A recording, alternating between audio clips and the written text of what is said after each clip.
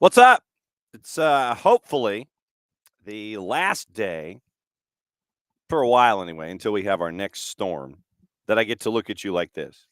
John here, you there. Thanks for dropping by, as you always do, for Thursday Thoughts on the network. And it's a pretty stacked show. Bart's going to join us in about 10 minutes to go over what happened last night with the second match at Camp Cupcake in Orlando. And it was precipitationally challenged at points.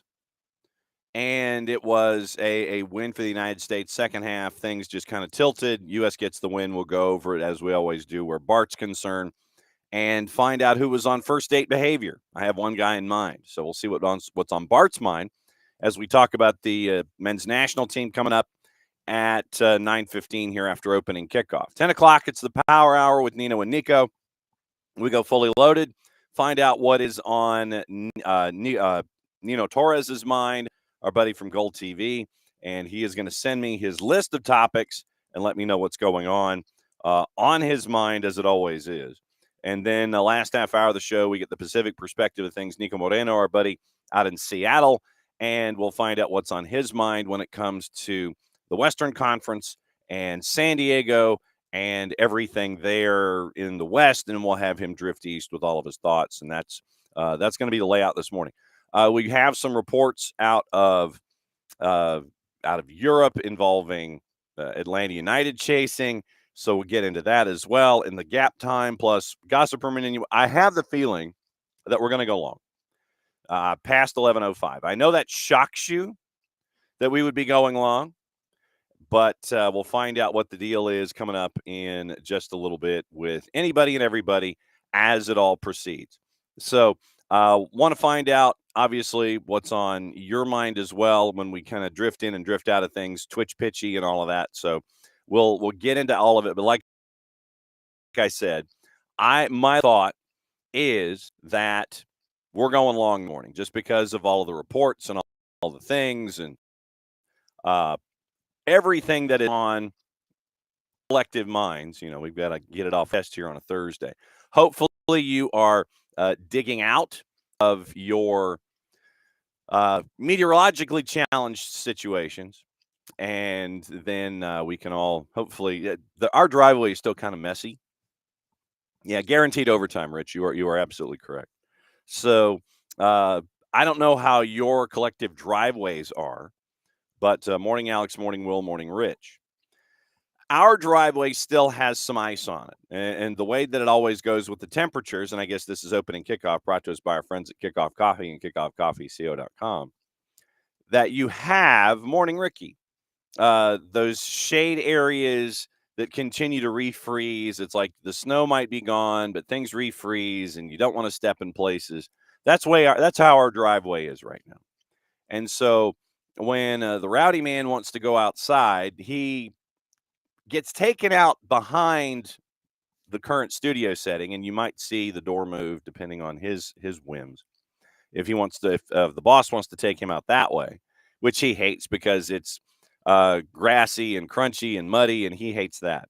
So he started going outside out the front, and there's a foot wide, about 6 feet long patch of ice. It's a strip from all the refreezing and the thawing and the refreezing and the thawing. And so I had to warn the boss, considering, remember, she's an arm down. She is having to do left-handed things with her right hand, and she hates it. And the ice that is there is the treacherous part. And so I told her, I said, look, if you're taking the rowdy man out the front door, the snow is fine. It's a little slippery, but you can navigate it and hang on to the banister. You're good. Don't take the driveway for granted because the ice is there. And So she basically is like, yeah, I ended up taking 2 steps on the driveway this morning because the rowdy man went into the ivy up front. He was done. He went back inside because he hates the cold. So right now, that's where things stand. Our biggest thing to tackle is the ice. And Rich, Rich obviously is a gentleman and a scholar. He says Rich is laughing in in the Northeast at Atlanta snow panic. And that's the thing. A lot of folks may not necessarily know how to drive in it, but we sure as hell can't navigate the ice part. And that's the part that traditionally is where the chaos starts because things start to glaze over and everybody's been out too long. Instead of either staying at home or like we were talking about yesterday, what happened Tuesday afternoon when I was trying to make it home and people were being stupid. The ice is the issue, I think, more than anything. Tom's a northerner. He's north of the Mason-Dixon line. He knows. He's been down here a lot, so he's gotten to see both. Rich laughs at the southern folks because of how they can't handle the snow. I think more than anything, it's the ice that really is the part that drives, pardon the pun, folks crazier than normal because of how they can't navigate it. And the folks that can, either with chains or what have you, look at the rest and say you're clogging up the works. So I think it's the ice more than anything that is the issue involving anything and everything. So I think that's where we are. I think that's where everything is kerflooey. It is the idea that, if people could drive and navigate the ice, then I think we'd be okay. So I think that's kind of where we are involving all of this stuff. So I think it's the ice rich more than it is the snow. Snow, I'm driving 12 miles an hour. I'm fine. People are freaking out. People that haven't quite figured out how to navigate snow. I have. It's look, just put it in low gear, go 12 miles an hour, keep everything in front of you, drive where people have driven, you're fine. But everybody wants to sit there and stay out too long, get things finished that they think they need to do. Roads glaze over, people get stupid, wrecks happen, and you never get home. So I think that it's more the ice that is the issue than the snow, and so that's why things are how they are. Like I said, that's just me, and I'm pontificating. The other thing that I wanted to pontificate about before Bart joins us really quick. All right. It's about breakfast food, and I know this shocks you too.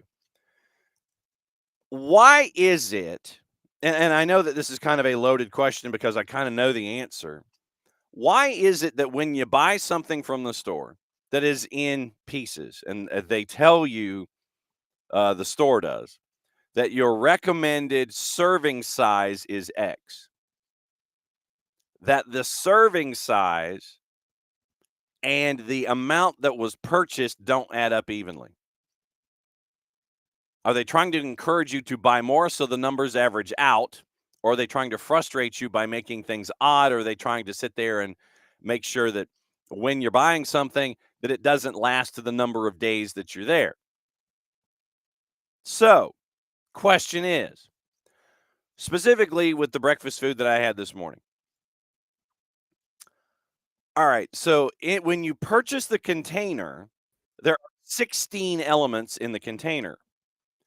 And they say that the average serving size for the recommended daily allowance for caloric intake is 3. 3 does not go into 16 equally. So what are you supposed to do in that moment? And I'll ask Bart coming up here in a second. So you purchase something that's got 16, they tell you that the average serving size for the sake of caloric intake on the back of the box is 3.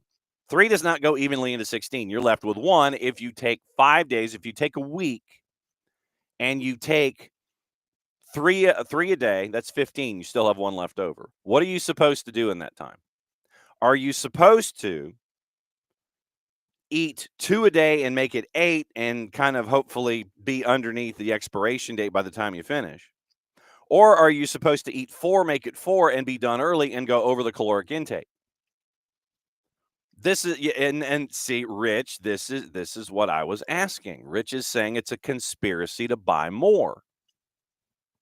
So, but I mean, I have some version of self-control. I mean, we always end up buying different foods and things. But this was my initial thought. That it is in fact a conspiracy to buy more. So that was my initial thought, that it is in fact a conspiracy. So let's bring in Bart and ask him. So Bart, I know that you were in the green room and you heard me explaining my breakfast conundrum. So I ask you, sir, about my breakfast conundrum. Is it in fact a conspiracy to buy more? Or what are the breakfast people doing by giving you X amount that does not go into even number of servings when you consume said breakfast? What is going on here? Rich says it's a conspiracy to buy more. What? I think it's just bad math. Okay. What's Jarrett's line? Don't assume a conspiracy when the reason is incompetence. I think they just they don't know what they're doing. So what you're saying is the grocery store in question, where I purchased the breakfast element, where the daily serving amount does not match up to the number that they placed in the box, is the fault of the grocery store and not the fault of the purchaser for having things left over and trying to pay attention to the daily recommended serving. This is not our fault. And Alex, this is the classic conundrum of hot dogs and buns, and how hot dogs are sold in packs that do not equal the amount of buns that you buy. If you buy a 5-pack of hot dogs, or 10-pack, depending on what you're buying, but hot dog buns come in 8-pack. It's just people who are unwilling to do anything to help people. Yeah, I mean, and that's why we're here. We're help me help right. You. Right. I'm trying to the man is trying to sit here and have a morning show that is welcoming, that brings in everyone under the tent, that we sit there and we have these shared ideas and thoughts, and we bring them all out there, no matter how random or off the board they are. Reason that I wanted to bring you in is not random, because of what happened last night in the activities in a very wet Orlando, and it was the end of Camp Cupcake, as you call it, or the Soccer for US POD, and it is a win. We did not have to reset the clock on number of matches since El Piojo had a rant, so and went Super Saiyan on somebody. So U.S. versus Costa Rica from 30,000 feet. First of all, it's Super Saiyan, not Super Saiyan. Whatever, fine. Super Saiyan. No. Find the right group of people, and I promise it matters. I know it matters, but now that I know the difference, he did not explode last night. I guess using a phrase that you didn't know the meaning of, John. This is a first. No, that's why I was. John, we're going to sit down and watch this. We're going to watch the Namek Frieza saga together. What in the hell is that? It's where that all starts. Okay, just checking, because that's I haven't heard of that, so that's why I was asking. Bart, from 30,000 feet, Camp Cupcake. What do you think? This was a fully enjoyable Camp Cupcake. We haven't had one of those in a while, where we were not just treated to young talent for the most part, but also treated to good play, and 2 really positive results. 6 goals, 1 against. That's a pretty successful Camp Cupcake. In the sense of the viewers. Now, is it a successful Camp Cupcake in the sense of the coaching staff? And that's probably the question we'll get into, John, and certainly the question that I'll be getting into with my friend Thomas on the Soccer for Us pod coming out next week. There's the nicely done. That is the purpose now of these Camp Cupcakes. Is by the way, we're not allowed to call it Camp Cupcake because it makes the players feel bad, which I don't understand. I think I prefer cupcakes to regular cake, but that's just my personal flavor. No, they are preferable. That's the right opinion. Jarrett, you understand, right? Like, it's like the cake is fine, whatever. A cupcake is a better form of cake. You and I It are is a better sugar delivery system. correct.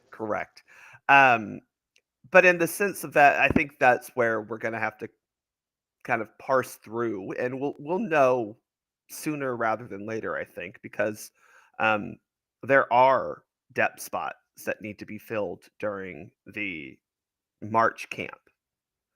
There are depth spots and possibly starting spots that need to be filled for the Gold Cup this summer. Again, we're not entirely sure how Pochettino will use the player pool for the Gold Cup this summer. I don't expect him to be fully dismissive of it, but we understand that he wants to give players who are committing a lot of time and minutes and effort to their clubs a break. So this is a tryout of sorts. And there were guys in this camp that I think showed they deserve at least a second look, but that second look needs to be in an increased competition environment. Jarrett, first question for as we look at the January camp for USMNT. Well, first off, Thomas is correct. Some cupcakes are too big to eat by hand, and this is getting into the territory of I don't want artisan cupcakes. I don't want your fancy, crazy. You have a store specific. Look, if you opened a bakery specifically to make wild ass giant cupcakes that I could use to beat a badger to death with, fair play. I don't want that. Correct. I want give me the simple things in life. And give me the simple if you want to make it out of a box mix with milk instead of water to make it a little richer, go for that. It just doesn't have to be fancy. I want it to be simple, and it's a better sugar delivery system. And also, Alex is correct, John. Dragon Ball Z will also you would also explain the fusion thing to you. Okay, so since you mentioned Dragon Ball Z, that I know and that I get. So that well, that's what Super Saiyan is from. That's what Super Saiyan is, John. Super Saiyan literally that's where it comes from. Anyway, hey Bart. I want what as far as the guys who did perform in this window and did perform to victory. Anyone stand out to you as somebody who might have played their way into, not necessarily into the first team for the Gold Cup, but into a role of, I might invite you to a non-fun time camp to see what else you can do with the big boys. Yeah. I think that's the test here, Jarrett, because Nations League in March is that is your best of the best. So did anyone move into that? I'm not entirely sure if anyone moved into it, right? I think maybe Patrick Schulte and Zach Steffen solidified that they should probably be considered as the third or maybe even second and third choice goalkeepers, depending on how you want to look at it and what Ethan Horvath is doing at that point in time. But I don't think outside of that, anyone really moved into that level. But to your point of well, this is just a regular training camp. Say September rolls around, right? That's the next. So we have March is Nations League, and then you have Gold Cup in June, and then you don't really have anything until September. So you don't have a non-competitive camp until September. Yeah, Jarrett, why not bring in a Jack McGlennon and a Diego Luna to to a camp like that, where it's well, what's the harm in calling 27 guys in type of thing?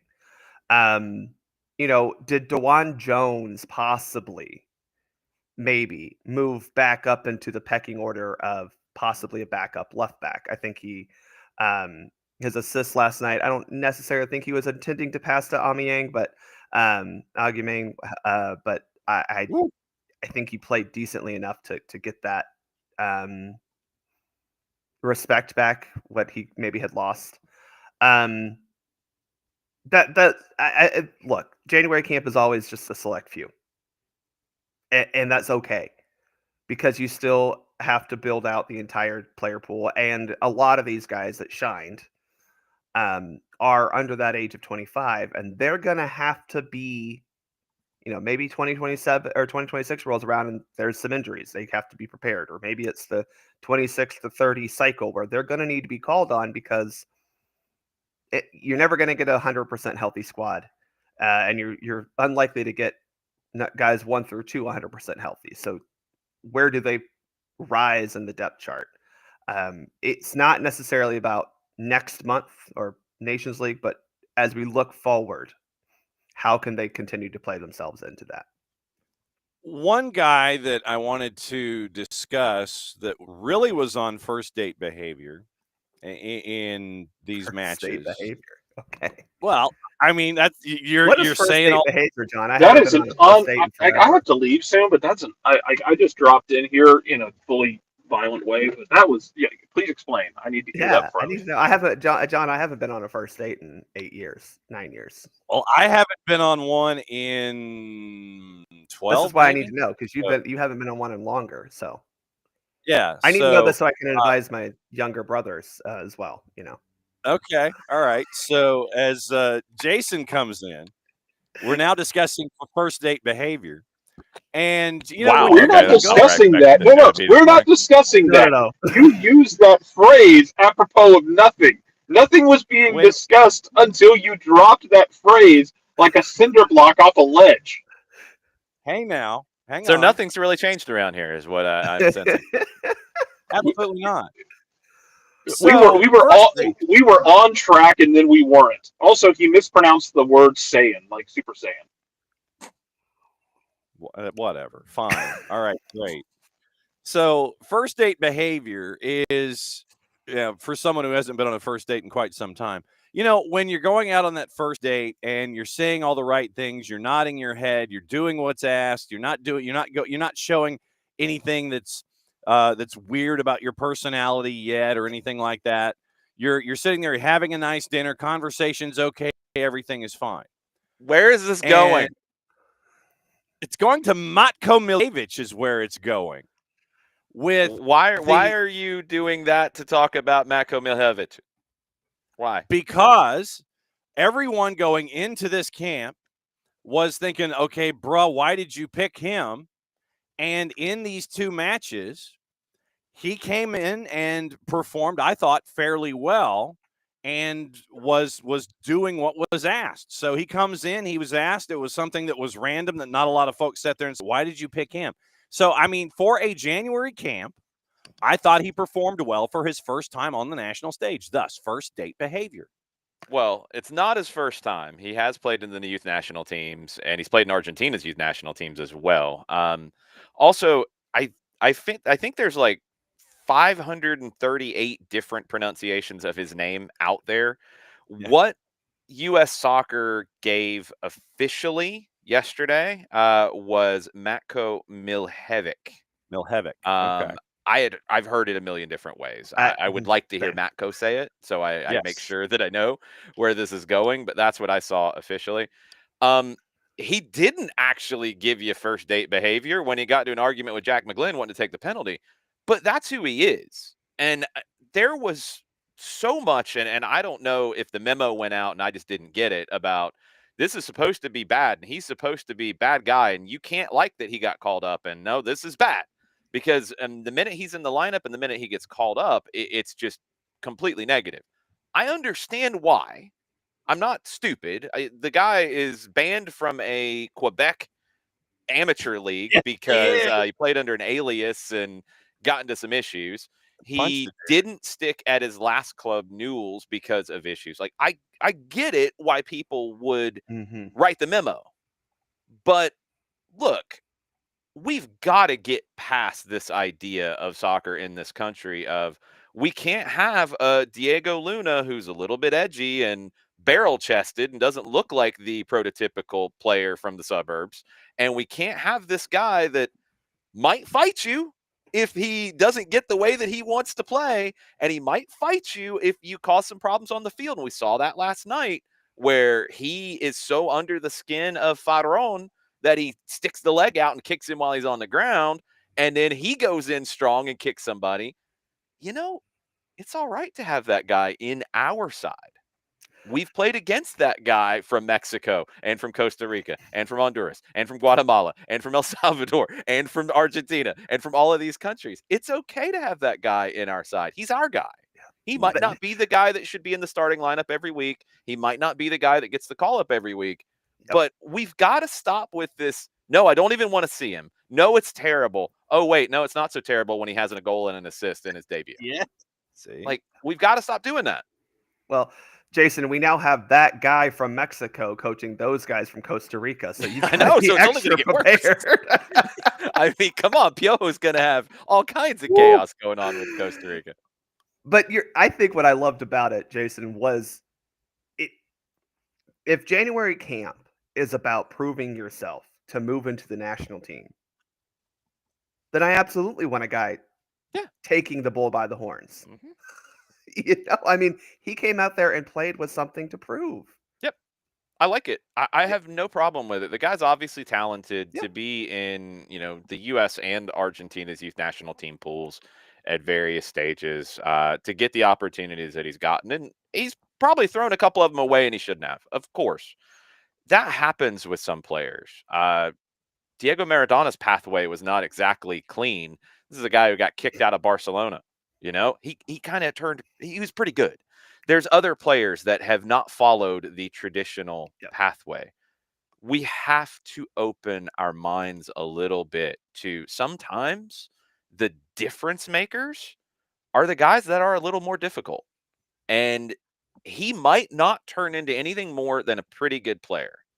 I think we have a bad habit in talking soccer in the U.S. of if they're not the best player ever in this team, that they're a failure.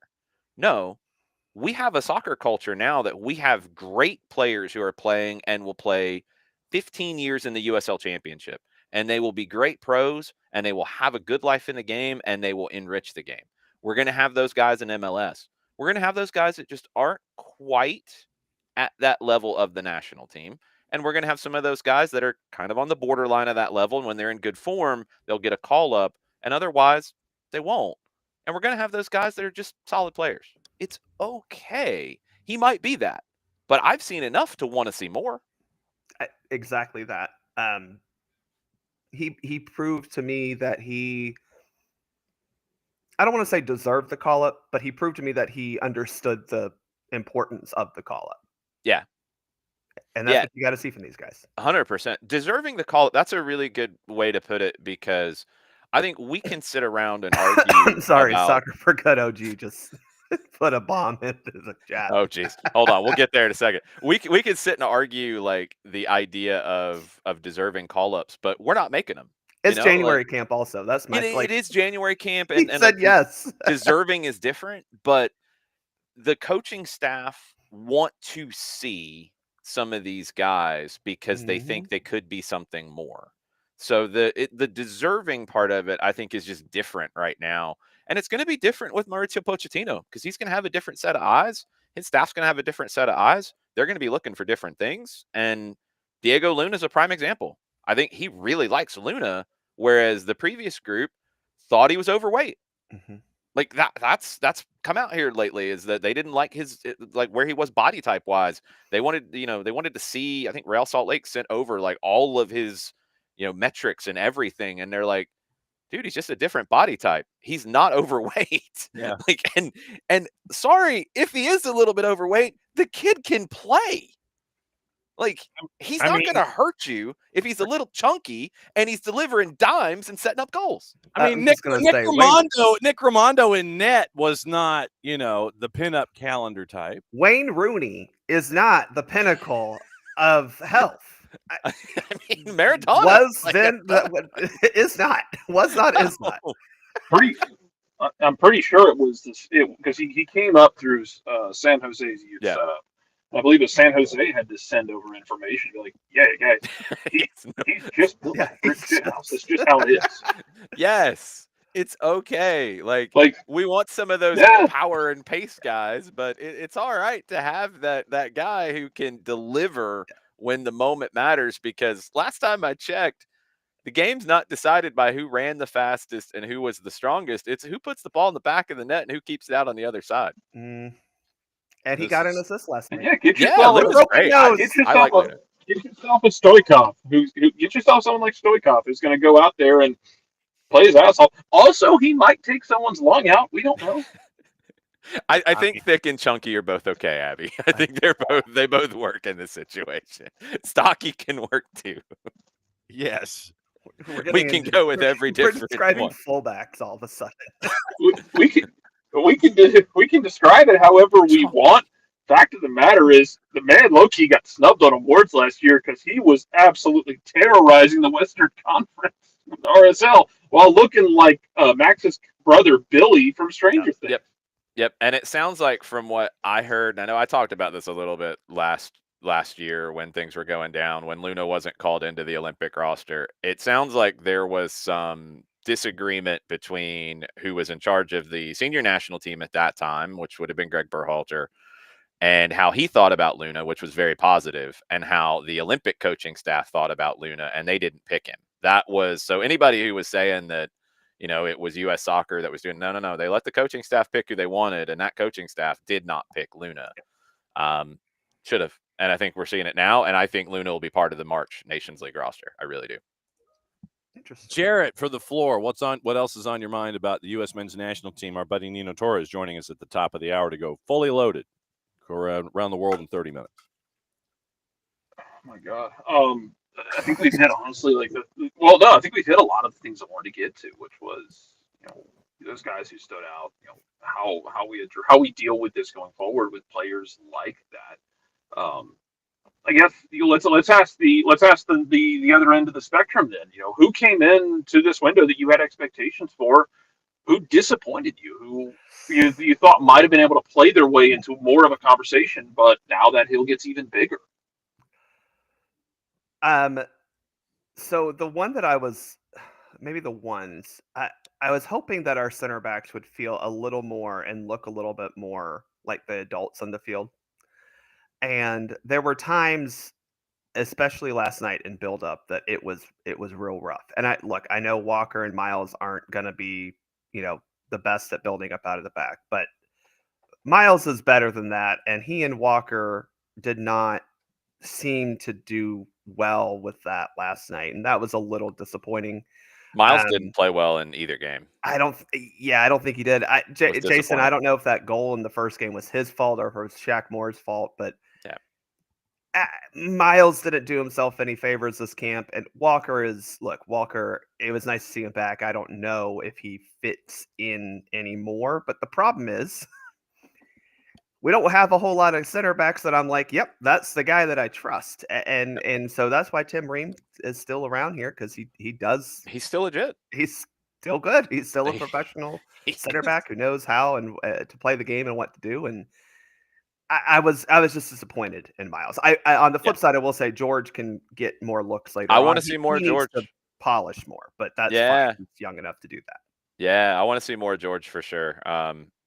It's so crazy, and like he's one of those guys that haven't seen him develop here in Atlanta, and every time he gets these opportunities, it just puts a smile on my face, because this is a guy who at probably 16, 17 was, before he moved to center back, he was pretty much the last guy on his age group roster with Atlanta United, and was not going to continue in the academy, let alone get a professional opportunity. Got the move to center back and started to shine. Got the opportunity to play with Atlanta United too because of an injury in front of him. It was supposed to be Kendall Edwards who played the first half of that season before going to college to see if they wanted to sign him. He got hurt.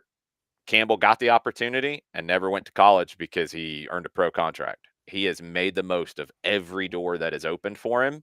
I think he did a good job here. I think he continued to push that door open.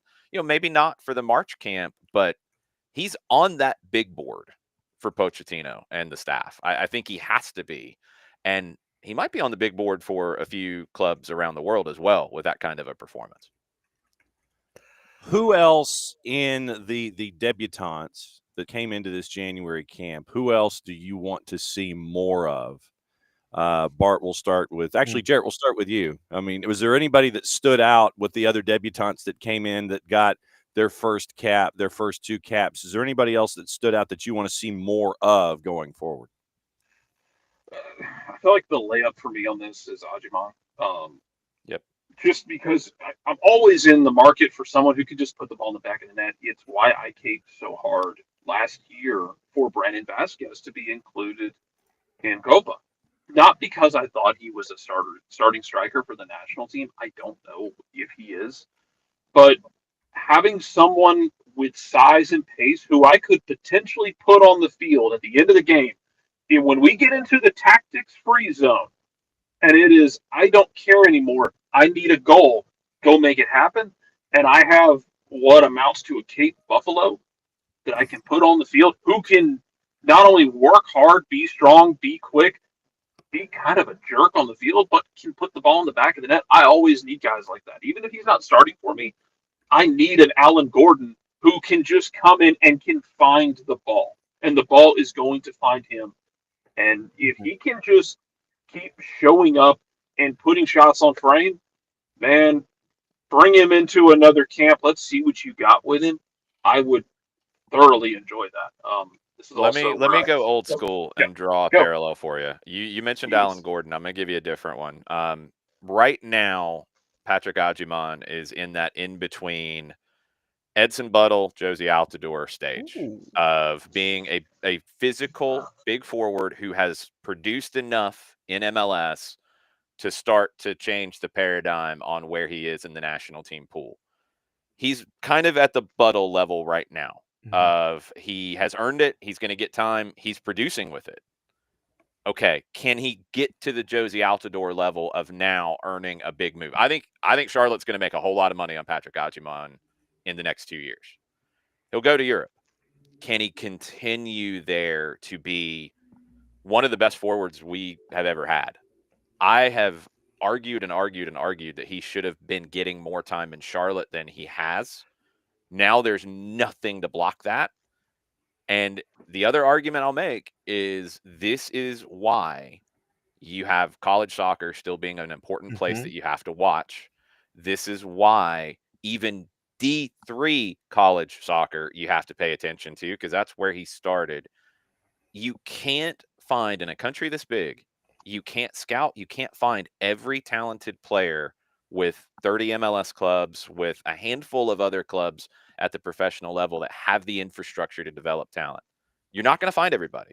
Some of them are going to slip through. Some of them are going to get injured. Some of them are going to change position early in their career. Some of them are going to be late bloomers. Some of them are going to be late bloomers physically. You need a place for them to continue to do that. College can be that. It's not going to be 50 Patrick Ajimons, but it might be 1 or 2 every couple of years. And you have to be paying attention to that, because I think I'll go ahead and I'll bold prediction of 2025. I think by the end of the 2026 season, Patrick Ajimon is going to go to Europe for bordering 8 figures. Done. Okay. I'd buy that for $1. Yeah, I'm there with you. I don't feel like that's super crazy. No. If I he can puts see it. together the years, I think he could be the guy. Yeah, and if he puts it, as Charlotte actually gets DPs that might actually work, which we talked about yesterday, you don't have the opportunities to produce. You just got to do it. And he's going to be young enough. Especially if he can stay healthy and he can show you that he can be versatile and durable. Man, yeah, I don't see any reason why not. Yeah, I'd be fine with that. Also, I mean, great. You're a taller, maybe quicker. Well, maybe not quicker, maybe faster over distance. Josie Altidore. I'm fine with that. I think so. He's not as technical, and that's going to be the thing that needs to continue to sharpen up.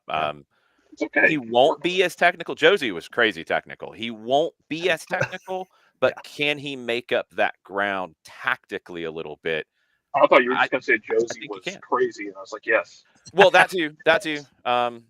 But Josie is one of the most underrated players in U.S. men's national team history. I think he, for some reason, got painted with a bad brush. Maybe the memo went out on him too. Well, I didn't see it. Jason, he also got hurt the first. Confederations Cup game. A lot of Spain. injuries too. Yeah. I mean, the Confederations Cup against Spain still lives rent free in my head. And it lives rent free in a lot of people's head. But there's so many moments from him. I think it's almost like something I said on AST Tuesday night about Neymar. Like, Josie at times was so good that maybe the expectations became unfair because he like the Spain game, he showed so much that you almost just get this unfair level of expectation. And then when you add injuries into it, you can't end up being what that promise potentially showed. But even with that, Josie was amazing as a player. And I think Patrick Agyemang could be that kind of player, maybe better. This is where I Bart. take my leave, John. Okay. And so I'm We gonna ain't going I'm gonna nowhere. go We'll be No, that's fine. I'm going to go think now that Jason has brought up the Atlanta United 2 era with George Campbell. I'm going to leave. I'm going to go to work. I'm going to go think about the Wesley Dacos era and what could have been. Y'all have fun. Nice. Oh, wow. A Wesley Dacos reference to end Jarrett's time here this morning. All right. So now with Agyemang off the board, Bart, was there anybody else that you want to see more of in future camps, one way or the other? So I'm not going to do Luna because I think that's the obvious choice, and it's been the obvious choice for, it feels like, 2 years. I do think the next obvious choice is Jack McGlynn. And I say that because I still think there's questions about Jack McGlynn being able to play at the international level on the defensive side. I think that's still fair because we didn't see a whole, only because there was nothing in this camp that was going to be like, oh man, the dude can do it. I think he's got it, but I'd like to see it. I'm with you. Same. And then the next question is, well, if he can't be that great defensively, with Pochettino kind of preferring the more 2-1 triangle of a midfield, because I will say Ben Kromashki did not have a great attacking game. I thought his passing numbers were great, but the dude was covering a lot of ground defensively. And so if you're putting a guy like McGlynn next to a mobile 8 or 6, however you want to put it, and he can just do his job well enough, you know what you're going to get out of him from an attacking standpoint, and it's A+. And so that is kind of his question, and that's why I want to see him again. I don't know if that means we're bringing him into Nations League, mainly because the roster is constrained, and you don't have the space for a guy like that. But I do think that he might be a guy that I want to see extensively in the Gold Cup, because yes, you're going to get the Martinique where you're probably going to win 7-0, but you're also going to get probably a Costa Rica that actually has something to play for. And with, at that point, 5 more months of Piojo telling them how to cut people's tires. And that... They don't need a lot of help in that department, but, he might have some refined techniques. I'm telling you, this is like a match made in heaven for the coach. It is. It's great. It really is. I think it's going to be a lot of fun to watch. But yeah, I think Jack McGlynn is the guy, because there's also the dive last night was, I'm sorry, it was great. It's fantastic. Do a little bit better. I mean, he's coming from Philadelphia. He should be pretty refined in that. Yeah. Start a little sooner. Sorry, Rich. Get your timing a little sooner. Yeah. I think that was the problem, is he fell a little too late. He should have fallen when, he saw that the player was close to him. But I respect that. And I think, you saw, and especially in the first game, he had the goal and then another that probably, on another day, maybe hits the back of the net. And that's the type of stuff from Jack McGlynn that you can see, but how does he? And this is also, again, for me, I look at all these players, so Agyemang and others. Okay, great, you had a fantastic January camp. Well, you have your club preseason starting in what, a week? Like, you're probably going to get a couple days off, and you're going to go back in, right? You're jumping straight in. You've got we're a month from the start of the MLS season, I think today, or is that yesterday? Today. Maybe yesterday. We're a month. Yeah. Yes. Where do you take what you learned from Pochettino and his staff? Yeah. Where do you take what you learned from playing for the national team and what it means to play for the national team, play at the international level? How do you take those lessons and say, okay, I need to apply this to my game in MLS to become a better MLS player and to become a better option for the national team? Because there are guys who should have taken legitimate lessons from this camp. Yeah. Who are already pretty good. And then how do you make yourself a better complete player? Yeah. And Jack's one of those. That's a really good point. It's like the guy who comes up and plays for the twos or gets a trip with the first team in preseason and then goes back to an academy team, and it's okay. You've seen what the next level is like. Can you show and implement the things that coaching staff told you to work on? Because look, you got Pochettino and his staff. These are some of the smartest soccer people that you're going to have. And look, the previous coaching staff was as well. You can quibble about the intensity levels and this and that between the different groups, but you're talking about smart people. They're not going to tell Luna and McGlynn and Ajiman things to go back and do at their club that are going to be, incompatible with the way that they play at their club. I think at times we think like different systems are complete. No. It's about mentality. It's about little things in the game. It's about awareness of things in the game. It's how you carry yourself. All those things that are somewhat universal, but elements that I think Pochettino and his staff have identified that he wants to see continually improve across the pool. And I think the interesting thing here in the US for Poch is in Argentina, for example, the pool is realistically like 30 guys. Some guys who don't get called up, some guys who kind of come in and out a little bit. But here, because of the nature of having a January camp and having MLS, in your backyard, your pool can be much larger. It can be tiered. And I think that's the way you think about it is you're going to have guys that are going to be January camp guys, and they're never going to quite progress from that. That's okay. You're going to have guys that are, emergency happens. You've got 4 center backs that are hurt. Yeah, you might have to call on somebody again, or you might have to bring somebody up. Yeah, Walker could be in that group now after really delivering a lot for this national team over the years. There could be that guy that, Justin Glad almost like settled into that kind of spot where he's really good in MLS. He's not a national team guy, but if I'm in an emergency situation, I can call on him. And January camps can allow you to see those guys regularly. And then you're going to have the guys that move up. And I think Luna could be that. I think McGlynn could be that. I think Ajiman might be that now.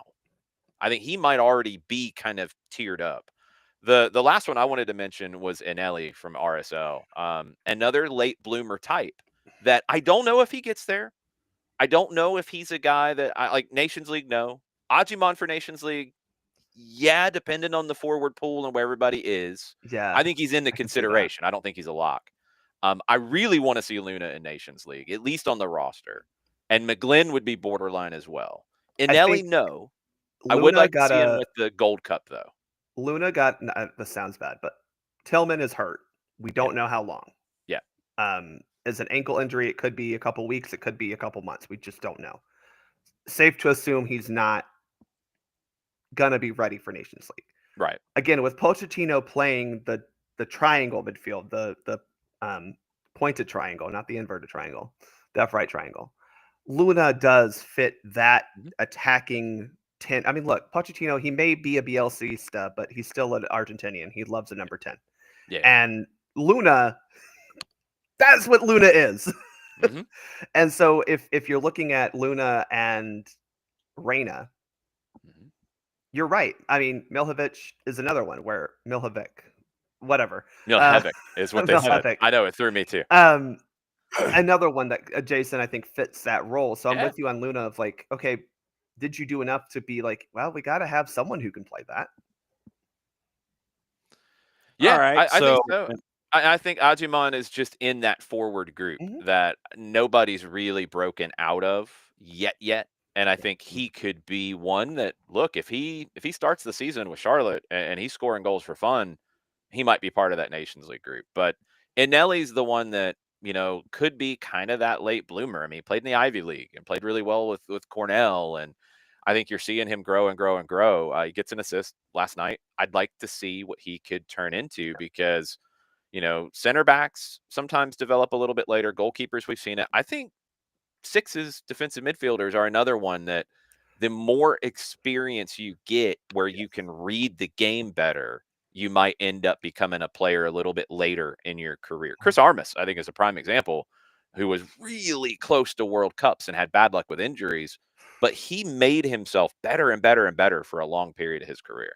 Well, and I'm Jason. I'm with you with Ananelli in that I wasn't super impressed because I knew he could do the job defensively. It's the attacking stuff, and the assist last night was great, but he struggled a little bit with making real progressive passes at times. It was kind of just basic, which is fine. How do you take which that go can forward? be, I don't want to make a big mistake in Correct. this opportunity. But he is playing with he's playing under one of the best defensive midfielders the U.S. has ever seen. So how can he take that wisdom and apply it even more now? Yeah, you get a little bit of Pablo Mastroeni magic sprinkled on. You gotta watch that guy for sure. I do want to say something before I go as well, and before Nino comes in. And thank you to Alex Bassine and others who heard about what we were trying to do yesterday, and unfortunately, it became trying to do. I can't give U.S. Soccer enough credit for wanting to do this. It was, Madison and I were headed to Orlando yesterday, and we didn't get there because of all kinds of travel difficulties. I mean, it was really close to the movie Planes, Trains, and Automobiles. It was getting really close to that. Things happened that I had never seen happen on a scheduled flight. Like there were a couple things I predicted, and then there were things that I'm like, really, this is a thing? Anyway, we'll come back to that in a second. U.S. Soccer was bringing us down, and this was a really cool project that Jacob Kaplan, who plays on the U.S. CP national team in the extended national team program, has been working on for a while. It was for audio descriptive commentary for visually impaired folks in the stadium. So think essentially a radio call, but in real time via an app with no delay, for us to not just call the game in a radio style. It is that, but it is very focused on, again, audio description of what you're seeing and describing that picture for visually impaired fans in the stadium. I'm really thankful that U.S. Soccer is thinking about that and trying to increase the opportunities for people who attend the games to be part of it and be connected. It's a really inclusive, exciting thing that U.S. Soccer was interested in doing. And they were bringing us down to do it. And Mother Nature and other things conspired against that, unfortunately. I hope we get the chance to do it again. I hope it's something that becomes more common. It is available in some UEFA competitions, and that was a little bit of the model here. Was what they did with the Euros last summer and other competitions as well. So thank you to everybody at U.S. Soccer as part of this, especially Jacob, who has been like lobbying for this and working to make it happen. And really sorry that we had delays. We had a somewhat unexpected travel situation that made staffing at the airport yesterday very difficult from TSA, from the airline side of it. Very sorry that the scanner broke as we were trying to get onto the plane. Very sorry that there was snow still frozen on the plane that had to be hosed off, and that delayed it. And then a hydraulic leak forced the plane to go back to the gate. And then the pilot had hit his hours, so he had to go, and somebody else had to come in. And the flight attendants who were coming in, I think originally didn't get there, and then the group that was coming in got there late. And yeah, if we had been on a different flight that would have taken off at 12:30, we would have gotten there. It was that crazy and chaotic, and it looked like we were going to do it to the point that we're emailing, we will be there right around this time. We'll be coming straight to the stadium. We'll be good to go. Have everything set up. We'll be ready to roll, and then we have to go back to the gate. So it was not a fun day of airport stuff, but it would have been a really fun experience. And I seriously cannot give U.S. Soccer enough credit for thinking about this. Jacob really lobbying for it and making it happen, and I hope we get to do it again for a future game. Yeah, no doubt about it. All right, Bart, Soccer for US POD. What's next? We will be recording sometime before Monday, and so hopefully we get an episode out next week. Schedules are schedules, man. Everything is crazy right now with just everything. Yeah. And so we will talk about kind of what we chatted about here, but in a real in-depth piece about what who did enough to make a Nations League roster? I'll just hedge the bet so it's not many. But where do these players who kind of stood out, where do they fall within, as we like to talk about on the Soccer for Us pod, the 40-man? Because a national team is not your starting 11. It's not the 18 that play. It's not the 23 who make up a tournament roster. It's a lot of guys who have to be in consideration because, you know, who from this camp can show in an emergency or in a starters out, so everyone moves up the spot. Who got into that conversation, and then also what we learned about Pochettino's style, because I think the one thing I loved about this camp was we for the first time got to see Pochettino's system applied without McKennie, Pulisic. I mean, like, come on, like the big guys, right? Mhm. And we finally got to see what his system would be, and not just how Weston McKennie, Gio Reyna, Yunus Musa, Christian Pulisic, and guys execute what they think is his system. And I think we learned some things about it that we can carry forward. Can I challenge you guys to take your No 40 doubt. man to a 50 man? We can. We usually just do 40 because that's like the number in our head that makes sense. Yeah. But 50 man is yeah, we've done that before. The reason I say 50 is like a lot of these competitions now ask for like that 50 player preliminary. Right. And I think with the US, I think other countries don't. I think we should with MLS, with the senior youth national team guys. I mean, people are asking Poach about Kevin Sullivan and where is he on your overall depth chart? He's on the Like, U17s. That's where he should be. yeah, I mean, but again, could that fast track? Maybe. We haven't seen it yet, and there's no way to predict it, but maybe he's got to play for Philadelphia first. Like that kind of Yes. conversation, I think, is just so fascinating in the US, and it's so different than other countries. And Poach, I want to see how he looks at it and takes it and what he does with it, because he's such a smart soccer guy that I think he's gonna have a couple of things up his sleeve that will surprise us. I Mhm. really do. In terms of who he likes, who he sees, and how he wants to progress them through the channel. So I'm gonna be fascinated to see it. And that is the fun part of No what doubt. we have a new coach, a full year of a new coach. Yeah. So that's fun. Absolutely. Bart, looking forward to the next Soccer for US POD. Thanks for dropping by, especially on the night after, in the midweek, later than normal appearances. Thanks for dropping by.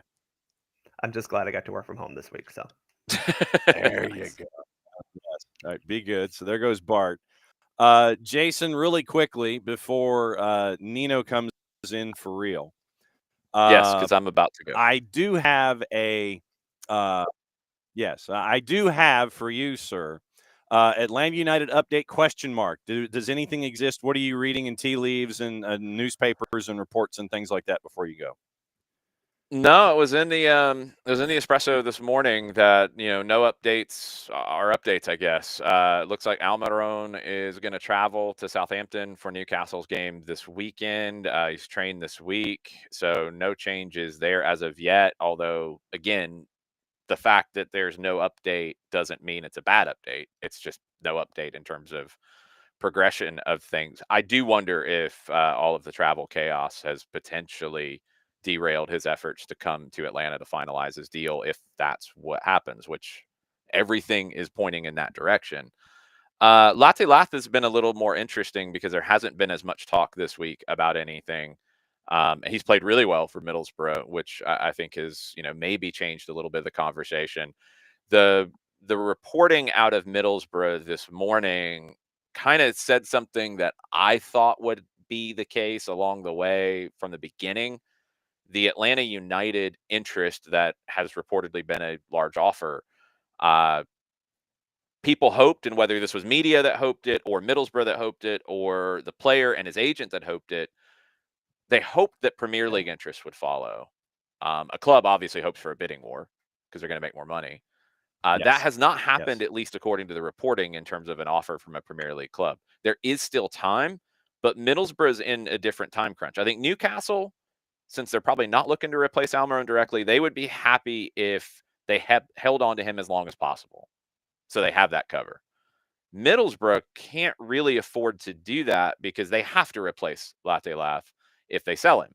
to anybody. Mm-hmm. So they've got to get a deal done sooner rather than later. Newcastle can wait it out. Atlanta wants a deal done for both as quickly as possible. And that's kind of where it stands right now.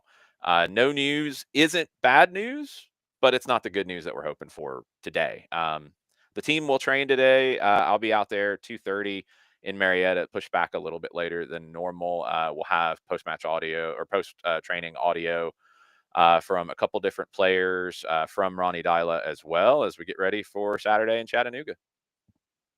No doubt about it. And let me bring in Nino, because Nino's got a shirt that he wanted to display. I don't want to see any more Ohio State stuff, man. There were Ohio State people all over the airport yesterday as I sat around all day. Oh my! How you doing, Jason? I am Morning, good. guys. It was a long day of not traveling yesterday, trying to travel, not traveling, and then coming back home. So that part wasn't fun. But hey, we get a preseason game on Saturday, so I'm getting ready. All right, man. We're getting ready over here. Too, Absolutely man. true. A lot, man. We're fully loaded, brother, today, man. Excellent. Well, I will step out of the way so y'all can chop it up. Good to see you, Nino. Good to talk to everybody. Good to see you, John. And I will be talking to you later. All right, brother. All right. And now it is time.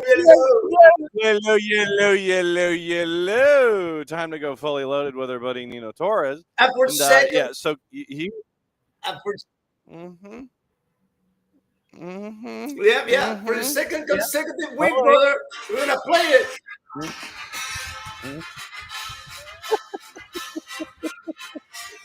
Oh, my God, man. Yeah, it's that. Let me ask this, all right? Because I got this sense that every college team, every team, they have the fan base, and they're saying but the fan base this is the best.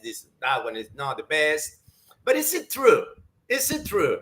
Outside of the Big Ten, well, outside of Columbus, Ohio, actually. Sure. Do people hate Ohio State fans? Is that they hate. Everybody inside the Big Ten hates Ohio State. You know that.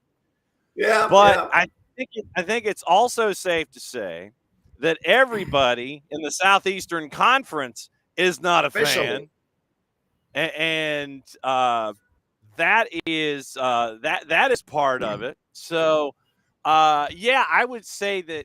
Well, but it's not just Ohio State though, and it is Ohio State. It's Notre Dame. It's the team up north.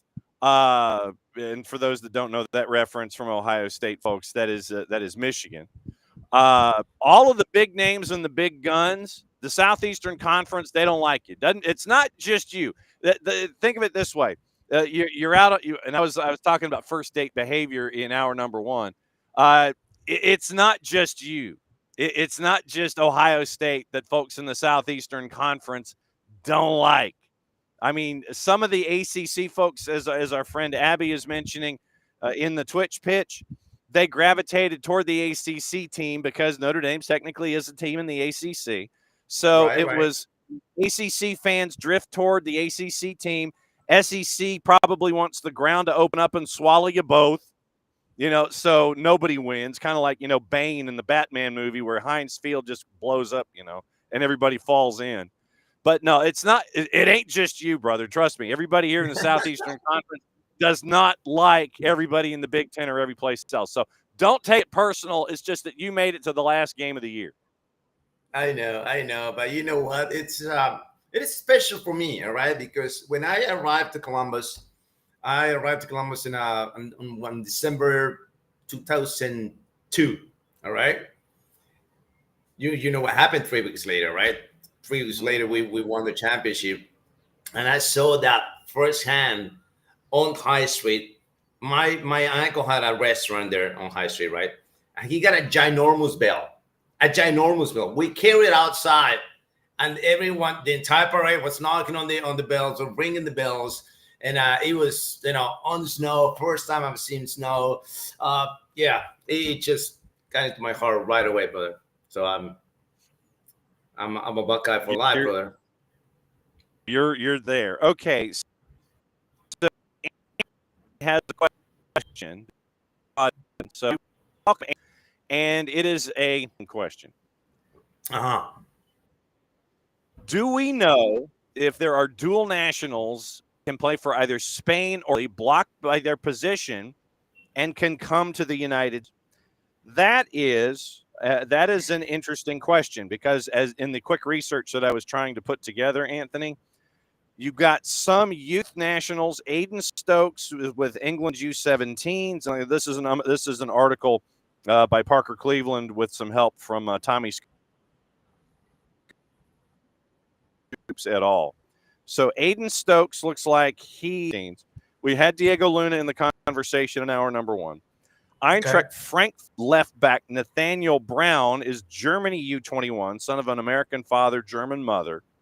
And Arnie Chase playing up 500 Bundesliga minutes by last year, 200 in the Champions League for Stuttgart. So those are the names that were put up on the Pro Soccer Wire. And this is where I'm trying to put my thinking cap on. And this is back April of 2024.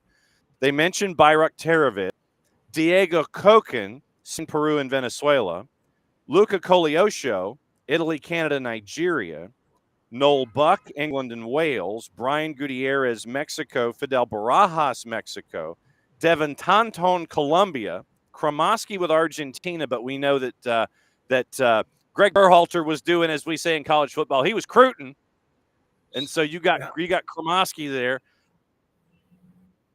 Noah Kai Banks from Germany, Akim Boni Medina with Mexico, Kevin Sullivan, Germany, so you got to keep an eye on that one. So those are the ones, Anthony, that have come in just a very, very quick cursory search dating back to April of last year with possibilities going forward. So Spain or Italy, I think there were one or two in the Stars and Stripes article that we mentioned back from last April, but not a lot that can be pulled from Spain or Italy and come back to the other side. So as of right now, those were the folks that have multi or dual that can be recruited and brought back to the United States. So Anthony, I hope that helps out with the investigation that we had put together on a very, very cursory level with Nino here this morning. All right. So have you been walking around Lima with that shirt or any of your Ohio State gear on just to sit there and say, yeah, brother, you got the champion? Have you been wearing your Ohio State gear and people sitting there going, bruh, I don't know what you're talking about? No, but I did in South Beach when we play. When was that? What year was that? We play Miami. Or I forgot what year that was. 2010. I was the only Ohio State T-shirt wearing on South Beach, brother. Everyone was looking at me like, "What are you doing?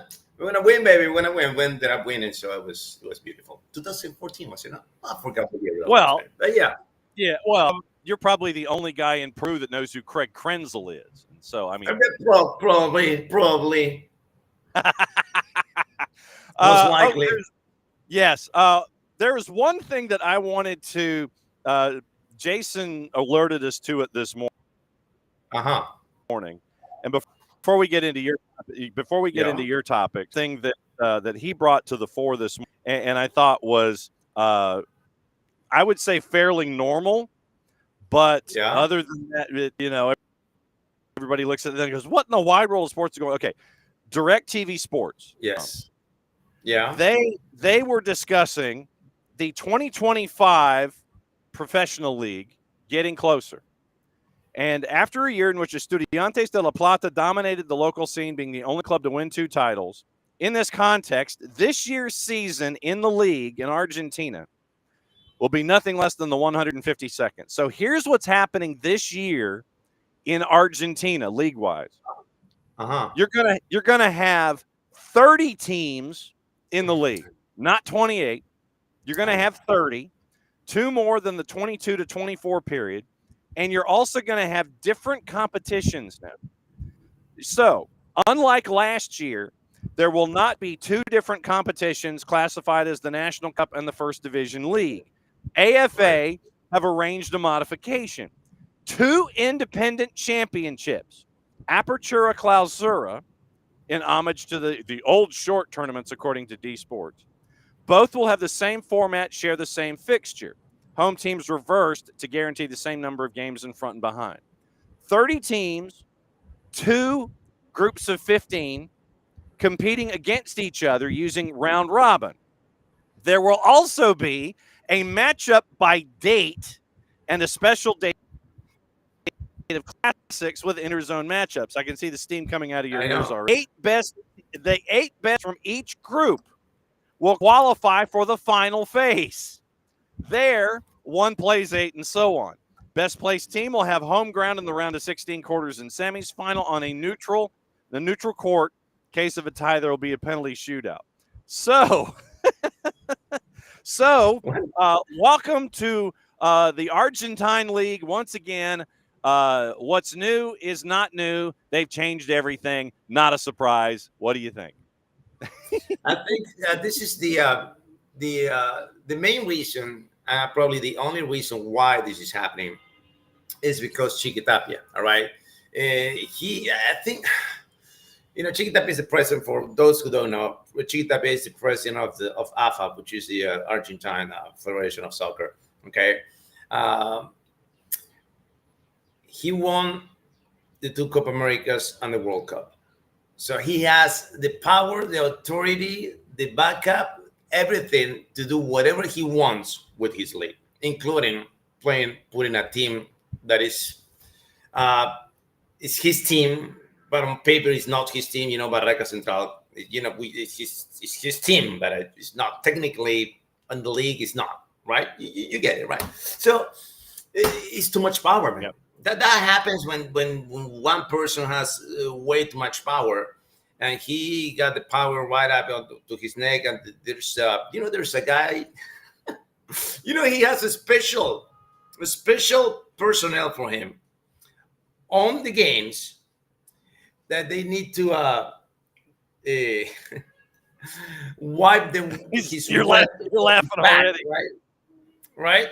He got a servant that takes care of his sweating neck, so to make sure that his neck is nice and dry at all times. So he's got his own towel guy?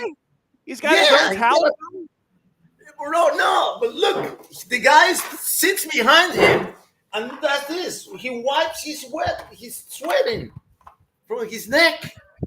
Google it, brother. Google it. You'll see that I'm not. It's just, if you have that, anything is possible. Anything is possible. He acts like an emperor, like a dictator now in Argentina. And because of he has all that, those titles backing him up right now, no one can take him down. So he's going to keep doing these things until, this generation no longer, the Argentina national team no longer wins again. And then when the drought starts, that's when he is going to feel the heat. But now, at least after, I think he's fine until after the World Cup in the US. After that, depending on the performance of Argentina in that World Cup, we'll see if things might change in Argentina. But for now, it's Chiquitapia's kingdom, brother. He does whatever he wants.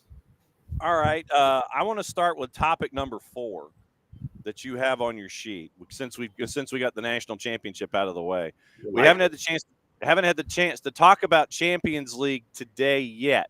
So I figure we'll lead off with Champions League and what's on your mind right now. As things stand, Manchester City would be they're 25th in the standings. That doesn't count for nothing because 24 go to the next stage. So Manchester City, as of right now, would out, and they would be sitting there watching everything else and all the money that they think they'd be getting traditionally from a deep Champions League run not happening. They had a comeback bite them in the butt. And then you had Barcelona and Sporting. What in the wide world of sports happened there? It was madness, sir. It was Barcelona and Benfica. Barcelona and Benfica. Sporting played yesterday with Leipzig. I was so happy because Pavlidis finally, this Greek striker that they got from the Eredivisie, who's been struggling all season long, finally gets not 1, not 2, but 3. He got a hat trick. against Barcelona. And the way the things were going, like you got those lucky charms here, lucky charms there. The goal that was almost impossible to make, they made it happen. But then Barcelona turned the ship around and they pull off an incredible, one of the most incredible comebacks that I've seen in years. You know, alongside with the other one that they were part of against PSG, that 6-2 in in Barcelona was those two. Those, I want to say one, two. Oh no, there were three. One more, but the third one is not good for them because that was the Liverpool's comeback in Liverpool. That was the probably the most insane comeback that I've seen, especially in a different stage of the competition, right? But back to this game. Take credit. Let's give credit to Hansi Flick, man. Hansi Flick, he is transforming this Barcelona team. He's bringing Barcelona's back to the top of the standings, to the top of Europe with young kids and with an insane pressure that he puts on the pitch. His teams are really, really, really hard to beat them. And he not can't just spend any money. I know. And on top of that, they can't spend any money on top of that, you know? So they need to win those. They need to win. And that Champions League will be massive for Barcelona. You know, there's going to be, I don't know how much they're getting for the title in the Champions League. I forgot. I don't know how much it is, but it's big money. So we'll see. We'll see what happens with Barcelona. But amazing, man. And then the next day, Sporting Club couldn't win. And it was not a happy 2 days Champions League for the teams in Portugal, man. Let me ask you this. Was it, when the match was tied at 4-4, was it a foul worthy of a penalty in the box that would have given Benfica the 5-4 advantage, but that Yes. no call started the play going back the other way that created the goal that made it 5-4 for Barca to win? Was it a penalty in your mind in the box Yes, that would have given Benfica it was. PK? No doubt. It was a penalty. It was a penalty. There's no doubt about it. And the crazy part is that the exact same thing happened in the Portuguese league 2 days before. They disallowed the goal for Porto to say they couldn't make the comeback, and they got an awarded a penalty to Gil Vicente that secured the victory for Gil Vicente. The exact same thing happened, man. You know, but they called the penalty and they disallowed the goal. But that should have been done on this game in Benfica and Barcelona. All right, so let me go through all the other results because I do want to get into what's going on in the Liga Portugal because of transfer window and Sporting and Manchester United and Amorim trashing televisions and all that. So other things of note, once again, Manchester City had a 2-0 lead, lose it. They lose 4-2 in an absolute shocker. So PSG, slight favorite at home with the juice boxes. They come down from being down 2-0. They come back to win 4-2. Real Madrid, big favorite, no surprise. Inter, no surprise. They went on the road. Leipzig beat Sporting 2-1. They were an underdog at home at a plus 187. Sporting, a plus 133, loses as a favorite on the road. I thought that one was obviously kind of stunning. We talked about the 5-4 game with Barca and Benfica. Bologna wins. Juve a draw with Club Brugge at a plus 215. PSV gets a win on the road. Liverpool, Arne Slot continues to win at home. Stuttgart a winner. Atalanta, big winner. Monaco a winner against Aston Villa. So right now, standings, as things are through match day 7, one more match day to go, and then there's probably math that's going to have to be involved. Right now, outside looking in, Manchester City's Team 25. They need a win, and they need some help. Zagreb, Shakhtar, Bologna, Sparta Prague, RB Leipzig, Girona, Red Star, Sturm Graz, Salzburg, Slovan Bratislava, Young Boys. One of these things is not like the other. Manchester City out right now at Team 25, staring at everybody else. They need a win and some help. That is nuts. It is insane. And it's Dinamo and Shakhtar, right? Who plays Dinamo? Let's see who plays. Dinamo next time out. They get AC Because they Milan. lost. Yeah, they get AC Milan on January 29th. Oh, Loss. they're gone. They're done. Yeah. AC Milan is gonna take care of business there, and yeah. Zagreb. Yeah. But they Zagreb have to and win. Yeah, The city they has do. to win. They do, and they've got Bruges on the 29th. So that one right now, Bruges is where did I say no? Bruges is above them. Wow. Okay. So Club Bruges is at 11 points, but I mean it's just you're basically trying to get into the 24. So you need a win against Bruges on January 29th, and they are right now a win ahead of you. They're 3 points up on you. Zagreb, who's with you right now, is probably going to lose to AC Milan. Stuttgart, who's ahead of you, gets PSG, so that's some help. Sporting gets Bologna on January 29th. So maybe that one there. And Benfica gets Juve. PSV, who's at 11 points, hosts Liverpool. So there's some wiggle room in there for Manchester City. But first off, they got to take care of business, brother. Crazy. Let me tell you something. It's going to be so freaking dramatic, that thing, man. I think they're not going to win that game. I think they're going to draw. And they're going to draw that game. Yeah. I don't think. Listen, if everybody's watching this, record this episode, because that's the Nino Nama's prediction that Manchester City is not going to win in the last round of the group stage, and miracles going to happen, but they're not going to win. You know, they're not going to win. Yeah, that's how it's going to go down. It's going to go down like that. Okay. Yeah. Okay, so Liga Portugal, which is where you spend a little bit of time. You kind of know what's going on. Aruca and Moreirense, by the way, they're playing tomorrow to kick off the weekend. Is Ruben Amorim going to get his wish and get the players out of Sporting by the time the window goes? Because right now we are at 8 plus 3, 11 days left in the window. Is he going to be able to get his guys out of Sporting and get them to Manchester United, do you think? There's no rumors, man. The waters are quiet.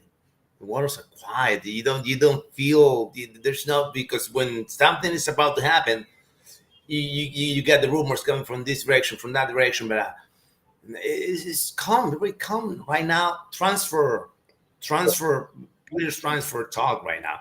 Not on the coaching, not on the head coaching standpoint. And that in that category, things are crazy. All right, because on Sunday, Porto lost to USMNT. Back-to-back losses. They also were ousted of the cup of the Taça against Sporting. So that's 3 losses in a row for Porto. Vitor Bruno out. Sacked. And with that sack, number 1 in the nation, change coaches. Number 2, change coaches. Number 3, change coaches. Number 4, and the number 5 on the standings went to coach the number 1. How about that? This is the first time that this coaching shakedown happened in Portugal in this millennium. Nothing like that happened, that the big 3 and the big 4 in this case with Braga changed the head coach. And the crazy part is that Braga did it in the first day of the competition. First day. That was ridiculous, right? Yeah, I don't like you. I mean, we hire you, Danny Sosa, but I don't think you're good enough. So let's bring Carlos Carvajal, and he's stepping to the training facility the next day at 8 a.m. He was ready, right? Benfica, after three rounds, Roger Smith out. Boom, bring back Bruno Lage. And then we have, Amorim, he left because he got the offer from Man United and that. But then Joe Pereira took over, and it was a disaster. He couldn't win. He didn't know what to do. Boom, bring Rui Borges back. So that's 3 coaches in one season. Half of a season. No one. Half of a season. 3 coaches for the number 1 team in the nation. And then Porto, who got everything looked settled for Vitor Bruno in Porto, because he kind of like replaced. He was a natural transition from being the assistant coach to be the head coach for Porto. But boom, no. You know who's coming? You know Mm. who's coming for Porto? It's almost done. Maybe Fabricio Romano is going to confirm this either today or tomorrow. Martin Anselmi from Oh, Cruz yeah. Azul.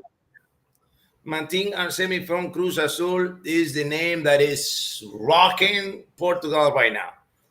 He might be taking over soon, probably in the next week or so. Porto snatching Martin Anselmi from Cruz Azul to go to the Portuguese top flight division. Man. All right, so we got another couple of minutes. Peru's kicking off CONMEBOL U20 today. What's this about a TV rights reality show in Peru almost having a happy ending? Brother. All right, so the main company now that's having the TV rights, 1190, they were not paying their teams. They were behind on their payments for 6 months. One team did not get paid the entire year. There were 6 teams that were presenting an official complaint to the Peruvian Soccer Federation. And then the Peruvian Soccer Federation said, "Oh, you're not paying them? We're done with you. We're done." Oh, wait a second, but the tournament starts in the 29th. Okay, they want to push over to the 7th. Okay, push to the 7th. A couple of days ago, no, actually 3-4 days ago, Gold TV and Gold Peru, which is this, their partners, the Peruvian Soccer Federation went to them and talked to them.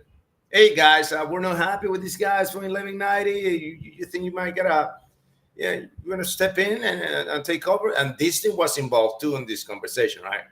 Disney was involved too in the conversation as another partner to take over the TV rights for the Liga Uno in Peru. And in the end, last night, overnight, 1190. Oh, I'm sorry. I forgot a couple of $50 million here to pay all my debts. One deposit was made. Sorry, guys, they paid. We'll stick to 1190. Ah, damn it. It was this close because it was just, we were waiting until the end of January, right? If they did not pay until the end of January, the contract was going to be dissolved, and did not happen because they paid. All right, so what are you calling this weekend? Let me see what we call this. We got the Clásico, Peñarol Nacional again, because we got one Clásico was on Monday. No, when was that? Sunday. What was that? On Monday. And we got another Clásico on Sunday, Peñarol Nacional. And tomorrow, Universitario de Deportes versus Panama. 60,000 people sold out the Monumental Stadium, and it's sold out also. It's close to be sold out for Inter Miami and friends coming into to play that's right. That's on the 29th. Guess what?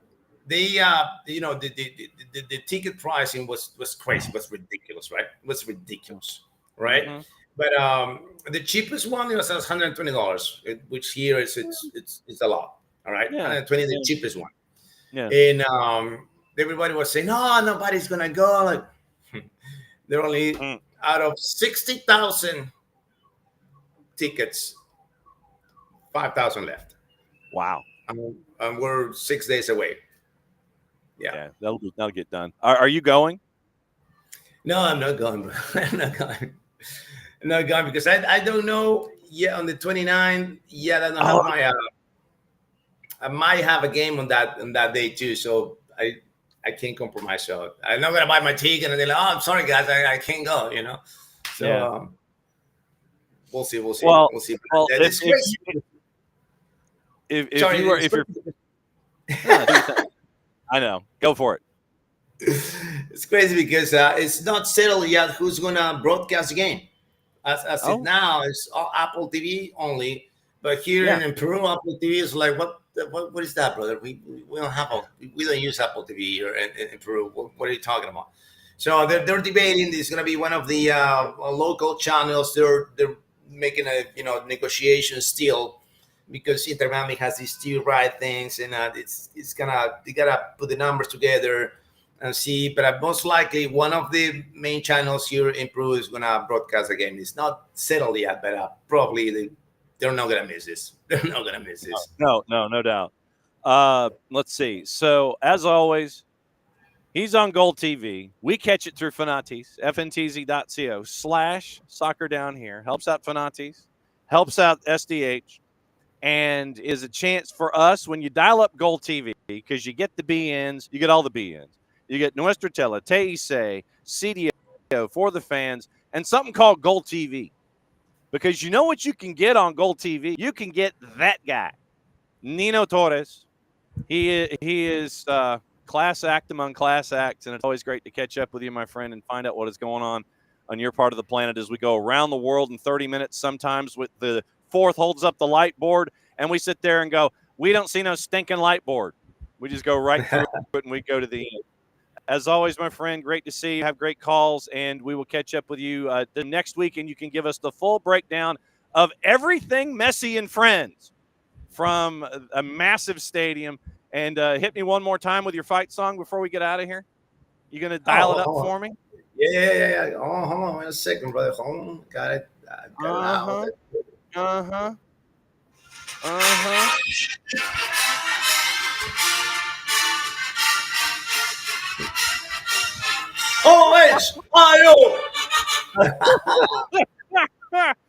Oh, my God. I love you, brother. We'll see you next week. Be safe and have great calls.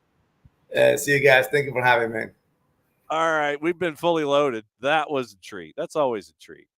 When we get Nino to bust out everything around the planet, it's Europe, it's South America, it's all points in between. It's drama because, I mean, what I do, full disclosure, and I don't know if this is your first time here with us on Thursdays. What I do is I send Nino a link, obviously through WhatsApp, because I tried to do it through email, and he looked at me like, dude, WhatsApp, it's faster. So, and I actually look at my WhatsApp group. And so he sends me a rundown, and I couldn't resist the Argentina thing this morning too, because Jason brought that up in our conversation in our chat. And I was like, oh, I got to catch up with Nino about that. But it is now time, and it's always great to catch up with our buddy Nino. Just be safe, have great calls, save the pipes. We'll be watching on Gold TV. All right, it is that time. Last half hour on your Thursday, which means we go to Seattle, and we catch up with our buddy Nico Moreno and find out what is going on from him on the Pacific perspective of everything in Major League Soccer. As always, my friend, great to see you. Time to find out what is on your mind for a Thursday. So what is on your mind, sir? Just excited to be on. Forgot my coffee downstairs, so no coffee at the time. However, I've had 2 cups of coffee already. Was actually watching the Sounders' first preseason game prior to hopping on, and that was part of what made me a little bit disorganized. But I think it was 29 minutes that I watched so far. Very interesting. Seattle's up 1-0 against Puskas Academia in their Marbella tournament, if you will. Interesting. Right off the bat with the new formation, the 3-5-2, with in this game particularly with Pedro de la Vega and Jordan Morris up top. A very free Pedro de la Vega that I have to say was probably the standout player. Definitely see his conditioning at an all-time high since, if you could say all-time, since he's been with the Sounders. Very free, very connected, extremely poised on the ball. Again, here and there, a couple of mistakes passing, but love the intensity of his play throughout the first 28 minutes that I was able to see. JP was the one who gave him a great pass of a set piece to put him into space. And then he is clinical in front of goal in this one and puts Seattle up 1-0. Paul Arriola on the left side in this one. Not as sharp as I kind of had mentioned to you guys last week. It seems like Kosa is one of the young players that is being tested there at the wingback position on the right side. He was a lot more participative throughout the moments that I saw that first game. Danny Leyva, another player that's interesting there in this one. So yeah, just watching a little bit of preseason soccer there this morning. How are they adjusting to the 3-5-2? Very early still. I think that there are players that at this moment are shining on it, but I do feel like it doesn't necessarily put the most talented players on the field for this team. As I said, in this one, it was Pedro and Jordan Morris up top. That position will be filled by Ferreira. So where do you place Pedro de la Vega? Do you put him at wing back and force him to do a lot more, defend him, force him to start a little bit deeper? Do you take him, put him in more in the midfielder position and pull off a guy like Obed Vargas? I don't really see that working. So because of that, you're adding a third center back, which has been an emphasis for Seattle, right? With some of the additions, the move of Atencio to center back. But again, when it comes to having your most talented, most dangerous, more offensive players on the field, I don't know if it works as well. But in terms of possession, in terms of what I think Brian wants to do is be less predictable at times, whether it's with movements offensively or just his formation or approach to games. I think it's going to be a good option to have. But if I was a betting man, I would say that they start off with their default 4-2-3-1 at the start of the season. All right, and then one other piece of information that has been kind of trickling through: Cesar Luis Merlo, Luis Tapia talking about the possibility, and I will read the Google Translate from my buddy Cesar Luis Merlo. Chivas has set its sights on Obed Vargas, footballer born in the U.S. but who represents Mexico, plays in Seattle, despite being 19, has 93 games in the first division. Obed Vargas and Chivas. What do you know about that? Anything? Yeah, I mean, they're one of the teams that have been inquiring for the player. I don't think that there's any formal negotiations at this time, or not that I know of. Seattle has been very straightforward about their desire to keep Obed through the winter window, unless there was a undeniable, unrefutable type of offer, silly money, if you will. $10 million, take them. You can have them. We'll figure it out. I think that's the only way Obed Vargas goes. To me, his number, and this is just my opinion, based a little bit on what I've heard here and there, he will not leave Seattle for less than 6 or 7 million is what's going to take for Obed to go.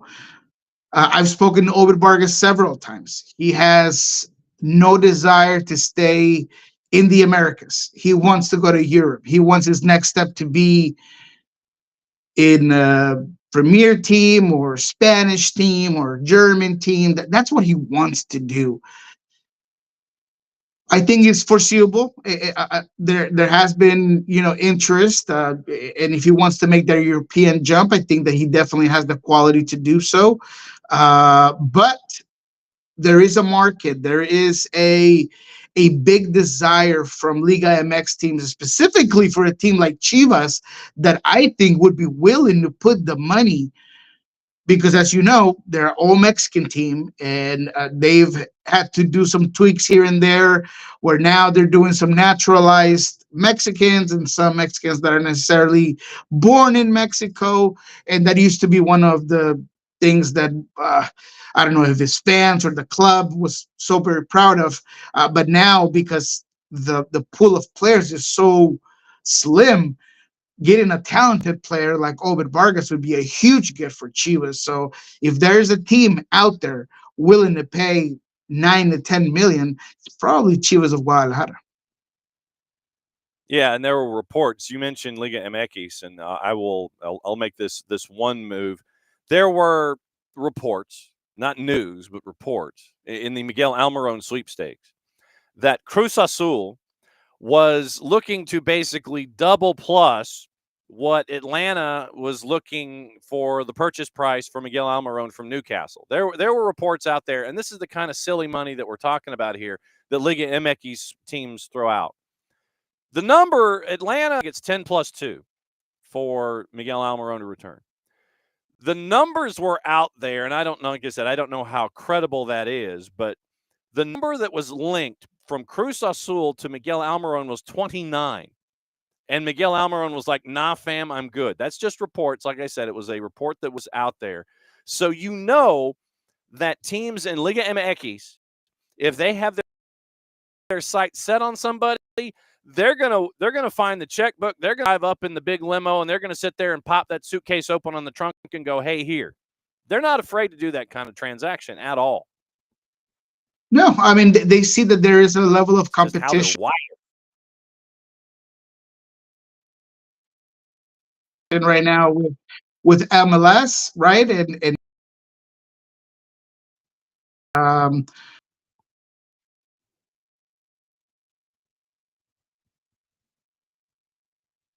That's probably me that is the issue. So I'm going to just continue here talking for a little bit and see what's going on. But hanging out here, buddy Niko Moreno in Seattle and finding out what's going on in his mind as we're going here. I'm going to talk about things going on out west as well as we go, and we'll see what's going on. We are going to go long. No doubt about it. We are going to go long because we got stuff to talk about. And what I want to do, and Alex will put Miggy on the plane to Mexico if they're willing to pay 29. But I don't know if you have been this morning, if you have seen, really, 4-card, it's supposed to be this afternoon. It is supposed to be this afternoon. Fingers crossed about Xfinity. I don't know if you've seen it, but on the Insta, there is a series of photographs involving Miguel Almiron.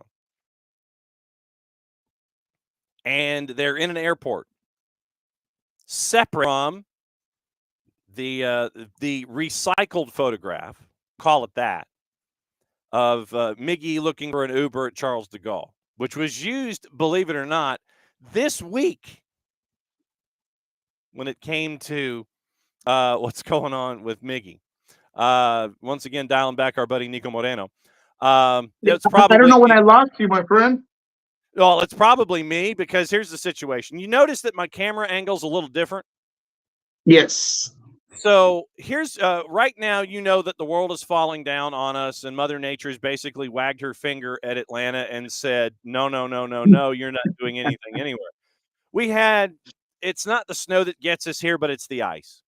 And so we had here with that storm that went through the lower part of the southeastern United States, we got like 2 inches of snow here at the office. But what it did is it knocked out 2/3 of the televisions that have cable. The Big 55 still has cable, but we have no internet in the house. So I take full blame for this because I have been doing shows off of hotspots and MiFi bricks since Monday. We were supposed to be fixed Tuesday afternoon, but because of the ice that was on the roads, our provider forgot to tell us that they weren't coming. So the boss gets on the phone with our provider. Hey, yo, where's the guy? And she finally got to talk to somebody in Massachusetts, and they laughed at our situation just because of the 2 inches of snow and everybody freaking out. And she's like, oh, Wednesday morning. Oh, I can't get that appointment. They locked me out. So this afternoon, 4 days into not having any kind of home internet, hopefully we have the situation squared away. Where were we? Sorry, I digressed and I went down a road. where are you? Where were we in the Seattle discussion? The Miguel Almiron Liga MX discussion. Yeah. That's where we were. Yeah, Liga MX, Where and yeah, we talked about. Look, there is a competition for the level of talent for both leagues. They feel like there's some sort of parity now. They're in equal playing fields, if you will. I still believe that MLS is a more attractive market for players because of the endorsements, because of the current trend of MLS. If you look now, Liga MX teams are trying to get MLS talent. South America is trying to get MLS talent. Europe is trying to get MLS talent. I just feel like the showcase is so much bigger. But I also know that that sort of reported number, like you mentioned, can also be very easily put out by an agent, by a club trying to just boost up the negotiations. So sometimes that number seemed a little bit outrageous to me.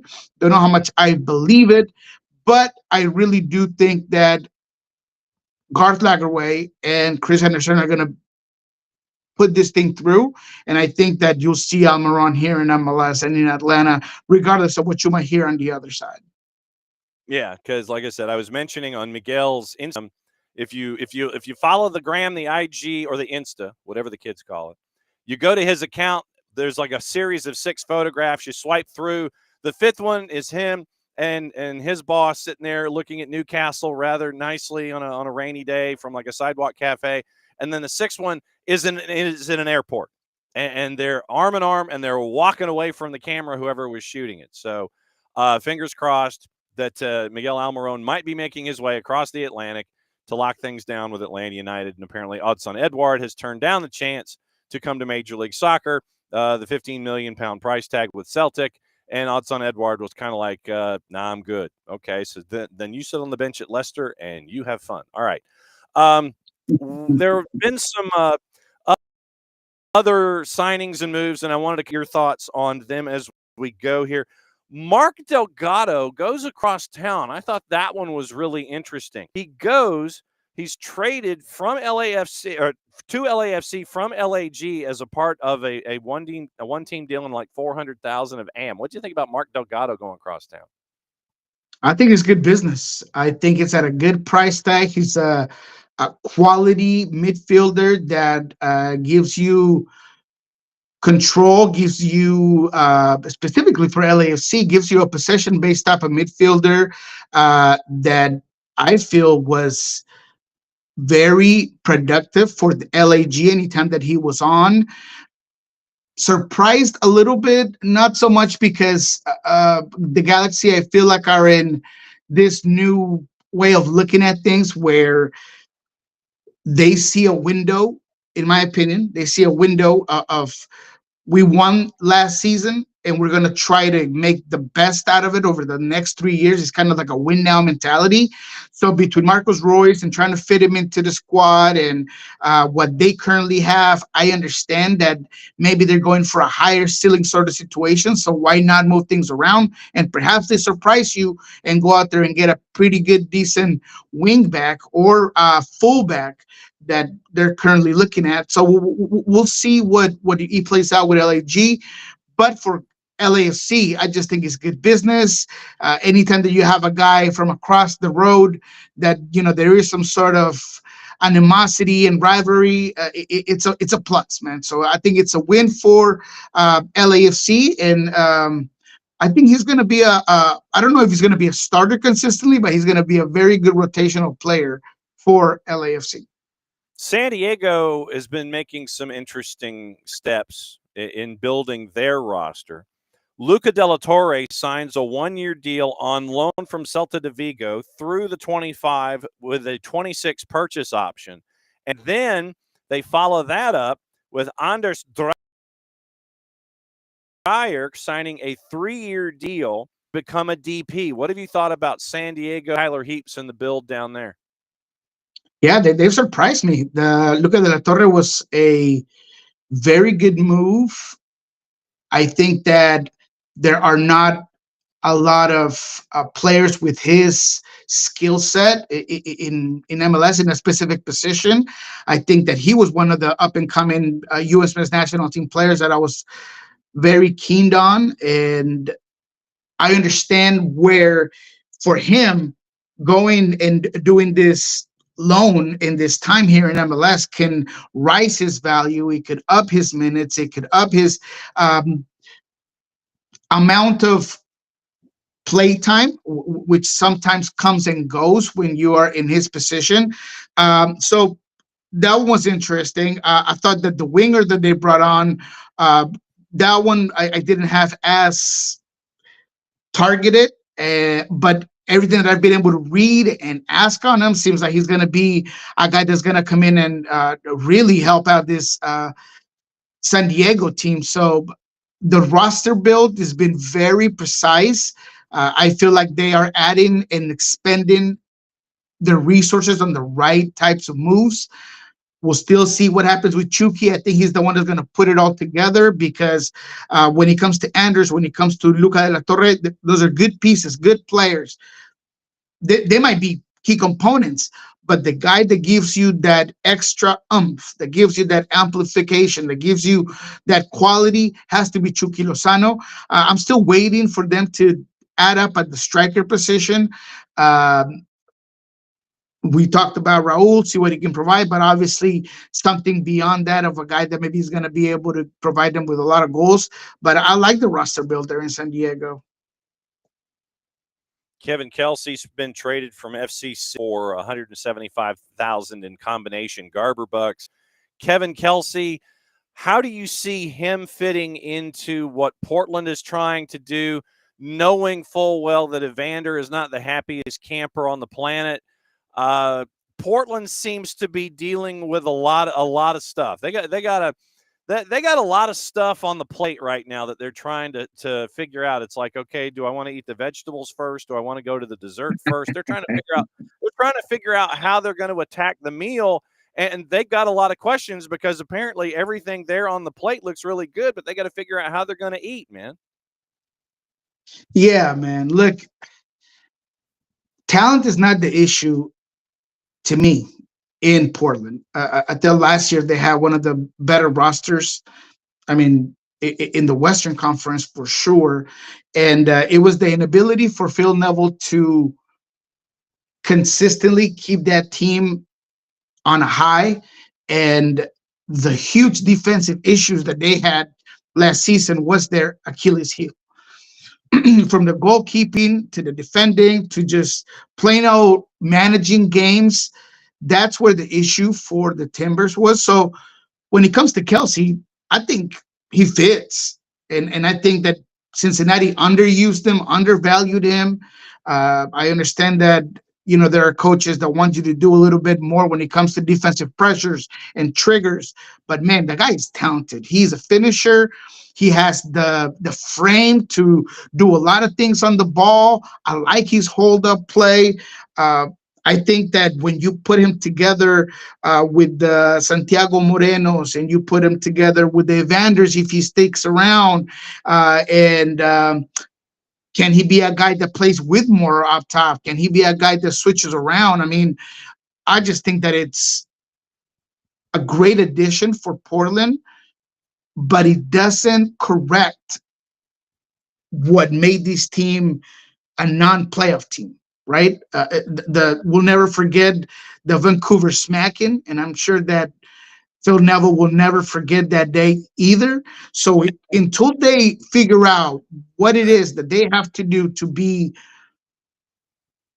more, not just defensively sound, but maybe even figure out who their next Diego Chara is going to be, I don't think that this team is going to be consistent. You're going to continue to see those flexes where, yes, they could put 3 or 4 on you, but they're going to give up 2 or 3. And that's just not winning mentality when it comes to MLS play. But again, I don't think that talent is the issue. I think that coaching and figuring out who they are is going to be the big problem here in 2025. So you talk about defense, and that leads me to the team that's further down. But San Jose, I felt for William Yarborough last year and JT Marcinkowski and whoever sat in net, because you wanted to give you wanted to give William Yarborough a football helmet. You literally, it's like, dude, put this on. You're going to need it. And the defense last year was so porous. I mean, they let in goals. Look, if you, me, Jason, Jarrett, Nick, and Maddie, and 5 other folks got out there and went up against that San Jose defense last year, I think we could score a couple of goals on them. And maybe you could get a banger from like 22 or something with your right foot. Now that Bruce Arena is there, he seems to have imported 4 players from New England. It's turning into Revs West. What do you think with all of this turnover, all of this change, all of this stuff that is going to be happening in San Jose? I think it's going to be must-see TV, but how good do you think they're going to be? I think they're going to be much better than last season, simply by upping their floor, because that's what Bruce Arena hiring does for your squad. It makes you that much better immediately. The ceiling will be up to the players, but the strategic, the technical, the tactical component, I'm talking about Bruce Arena, I think he's going to raise the floor of every single one of your players so that you are in every game. Every game you're going to have a possibility. Every game you're going to be able to get some points, add. So to me, this San Jose squad is going to be an issue without them adding a couple of players already, because they still have room to add a couple of players. I would say that they're going to be the surprise team of the Western Conference. I think they're going to be much better. I think that they are going to take on those rivalry matches against LAFC and LAG. That's where Bruce is going to make his mark. And hear me out on this. I guarantee you that Bruce Arena is going to use those big games against those big LA teams to incentivize, motivate, and get these teams in the right direction. And they're going to get a couple of surprise wins or results against those teams this season, because that's what Bruce does, man. And I like the quality. I think Cristian Arango will have plenty to try to prove. He's going to be the face of this team. I think that Luis Hernandez in this one is going to be one of the guys that is going to be Hernan Lopez is going to be one of the big players for this team. Espinosa is going to be doing his thing. I just think that this squad, just on paper, is going to be very sound, very good. And with the Bruce Arena identity, code, whatever you want to call it, I really do think San Jose is going to be a team to look at over there. Nico Moreno up and by as he always does for the last half hour, and maybe we blow past the fourth if he holds up the light board if we're still talking. But if you've got Chicho, Chicho Arango, you've got Espinosa, you've got Joseph Martinez, you've got all of the other pieces that have come over from New England to be a part of Revs West now. Are there enough soccer balls to go around? And is everybody going to sit there and, right now they're playing nice. Yeah, it's great to be here in San Jose. And, you put your arm around the guy, you smile, you take the photos and everything. With all of these type A+ personalities that want the ball, that want to score, that want the numbers, how harmonious do you think it's going to be, especially with a coach that is not going to take any ish from anybody at any time? I mean, this has the framework of being incredibly successful or being a dumpster fire that using that would be an insult to dumpsters. I mean, what do you see here with this? I think all of these players have a common denominator, which is a chip on their shoulder. Look, they're playing for San Jose, and no disrespect, but just the fact that they're playing for San Jose controls everyone's ego, right? You're not the face of one of the top teams in the conference. You don't have the lights of Hollywood. You don't have all of these things that every single one of these players had at one point of their careers. So to me, just the fact that you have that much talent on a heavy underdog is going to unify and cement all of these players into a very cohesive, very united unit. I understand what you're talking about when it comes to the egos and the, I would say, more tempers of certain players. When you put Joseph and Arango and Hernan Lopez, I mean, those are all players that, yes, they have a certain level of temperament. But to me, because of the market that they're in, every single game, it's going to be us against the world. Nobody thinks highly of us. We're this basically lost and found group over here that other teams have either passed on, or they think that we are beyond our time, or we're an issue, or we're a problem. The island of misfit toys is going to be San Jose. That is what I think, including the coach. I mean, there's been controversy after controversy with Bruce. There's been controversy with Cristian Arango and why he got suspended and why he left and what's going on. Joseph, can he still do it? Is he old? Hernan Lopez, is he a guy that can't live up to his great uncle Maradona? I mean, every single one of these guys has a little something that just makes him a misfit. And to me, there's a little beauty there, and there's something that, if, and I think he will, Bruce Arena can harness that in the right way, he's going to put a pretty interesting team together. I mean, they're going to be entertainment. I mean, to me, they're going to be a must-watch TV this season. I'll be watching every game, and that's not something that you usually say about San Jose. Or let me rephrase that. That's something that you never say about San Jose. And this season, maybe in the Almeida time, I wanted to watch a couple games, but this is about as good as it gets for MLS with San Jose reloading the way they did. All right, let me go around the rest of the league and see if there's anything else that, yes, and we've blown past the fourth. The fourth held up the number of added minutes, and we've just blown past it. So we've gone past it, and I don't care. Will still hot as Charlotte, and you've got some other moves that are being thought of, made. The transfer window doesn't technically open for another 8 days here, but overseas the window closes in 8 and 3, 11 days. So what other moves have you seen that you're staring at, sitting there going, okay, or okay, that's interesting? What else has stuck out to you here in Major League Soccer? Quite Anything honestly, in the last week, or are you just kind of sitting there going, yeah, it's training camp, I'm ready to go watch Marbella?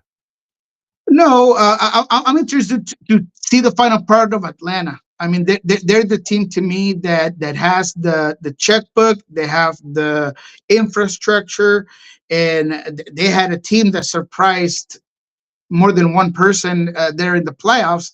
So what they can do, what direction they go, if certain players do fall off their wish list, that's what I'm kind of looking at. FC Dallas, I don't really get it. I'm not sure what their angle is right now. How do they boost up and substitute everything that they let go here, or what's the plan? I mean, are we just going to have all the academy kids come up?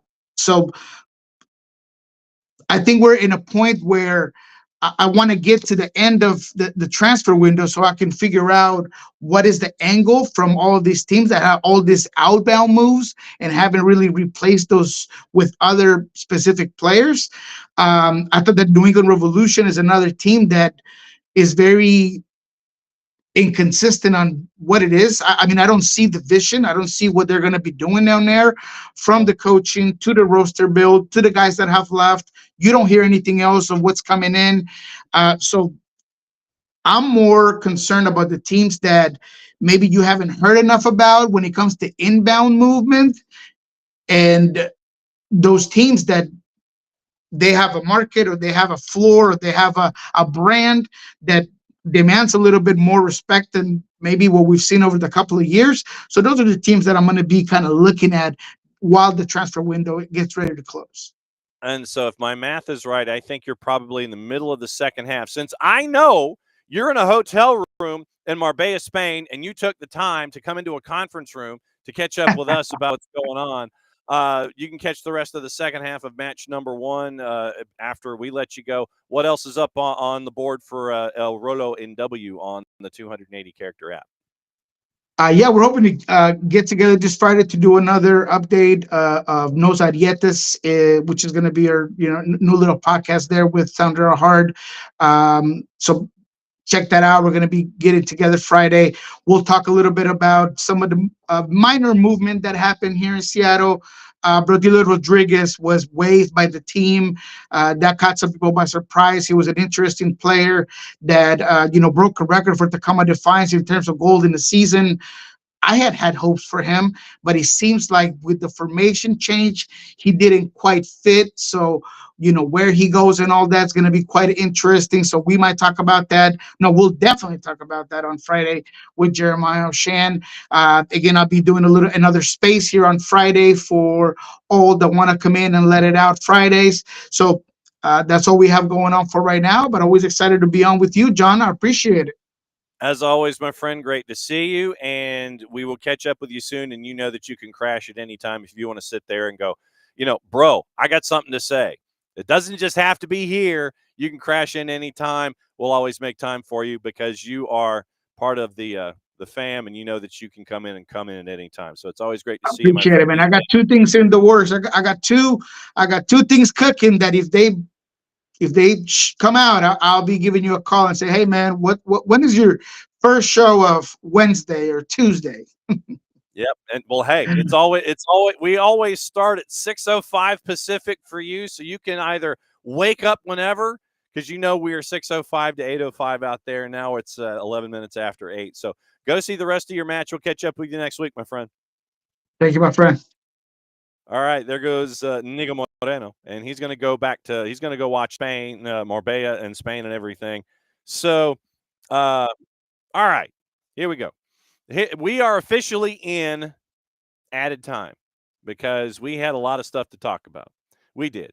And so now I'm going to catch back up, and it would we're going to go all across the board. All right, so Abby's got to go, contractors, and hoping for an announcement soon. And so, all right, let me go back to the top of the order. Say hi to everybody. Since I didn't have the chance really to do any kind of a promo or anything, here's what we're going to do the promos. All right. So, once again, match this weekend, Atlanta United and Chattanooga. SDH Network will be there, and we will be discussing things.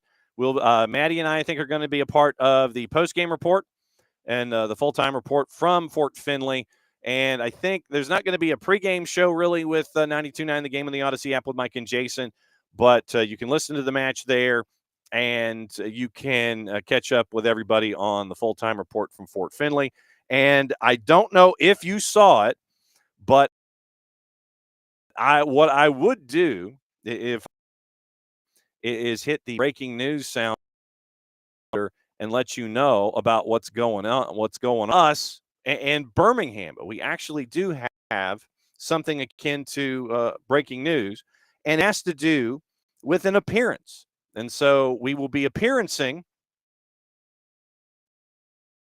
in let me see. Let me get the times right. So this was announced by Scott Flood and the Flood Project this morning. And let me see here. Let me find the note. Okay. So post-match show from Birmingham. We have it figured out. From the Monday Night Social Club, Brewery and Kitchen, 14 12th Street South, Birmingham. So there will be starting 6:30 Central Time, so 7:30 Eastern, 6:30 Central. If you are in Birmingham and you don't want to drive home yet, you want to take your time, you want to spend some time in Birmingham, I'm probably going to get Rojo for dinner after the show. So 17s, SDH Network live, Monday Night Kitchen, looking about 6:30 Central Time, 7:30 Eastern after the match. Scott Flood and the Flood Project put that together this morning. And so 14th, 12th Street South, Birmingham, 35233. Monday Night Social Club after the match in Birmingham. And you can come and hang out with all of us. So that would be really cool if you did. So it'll be great to see everybody there. All right. Once again, the things that you can do. you can, with our friends at Grady Baby and Grady Baby Co., you can get the Soccer's Just Better in Atlanta gear that you saw me wearing yesterday. You can get that. You can get it in the red. You can get it in the black. You can get it in a T-shirt, get it in a sweatshirt. And then what you do is you help out. A portion of the proceeds go to help out middle school soccer programs attached to the Atlanta public school system. Also, Olive and York. You can get the SDH jersey. You can get that from Olive and York. It is navy. I've been told that there is no such thing as dark navy. So it is navy. And if you wish to personalize it, you can get either white letters and numerals or light blue letters and numerals to go with your navy SDH jersey. Thanks to our friends at Kaiser Permanente and Soccer for Good and our friends from Beyond Goals. And you can get that at Olive and York. Kickoff Coffee, kickoffcoffeeco.com. Use the code Soccer Down Here 15. Buy out the store. Use the code. You'll have bought out the store for 15% less. Start your day off with our friends at Kickoff Coffee and kickoffcoffeeco.com. Also, you can help out the Marshall Islands. Get the Marshall Islands gear. You get the scarf from me because I have it here in the office. So if you want to help out the Marshall Islands, you can help out the Marshall Islands Soccer Project by doing that.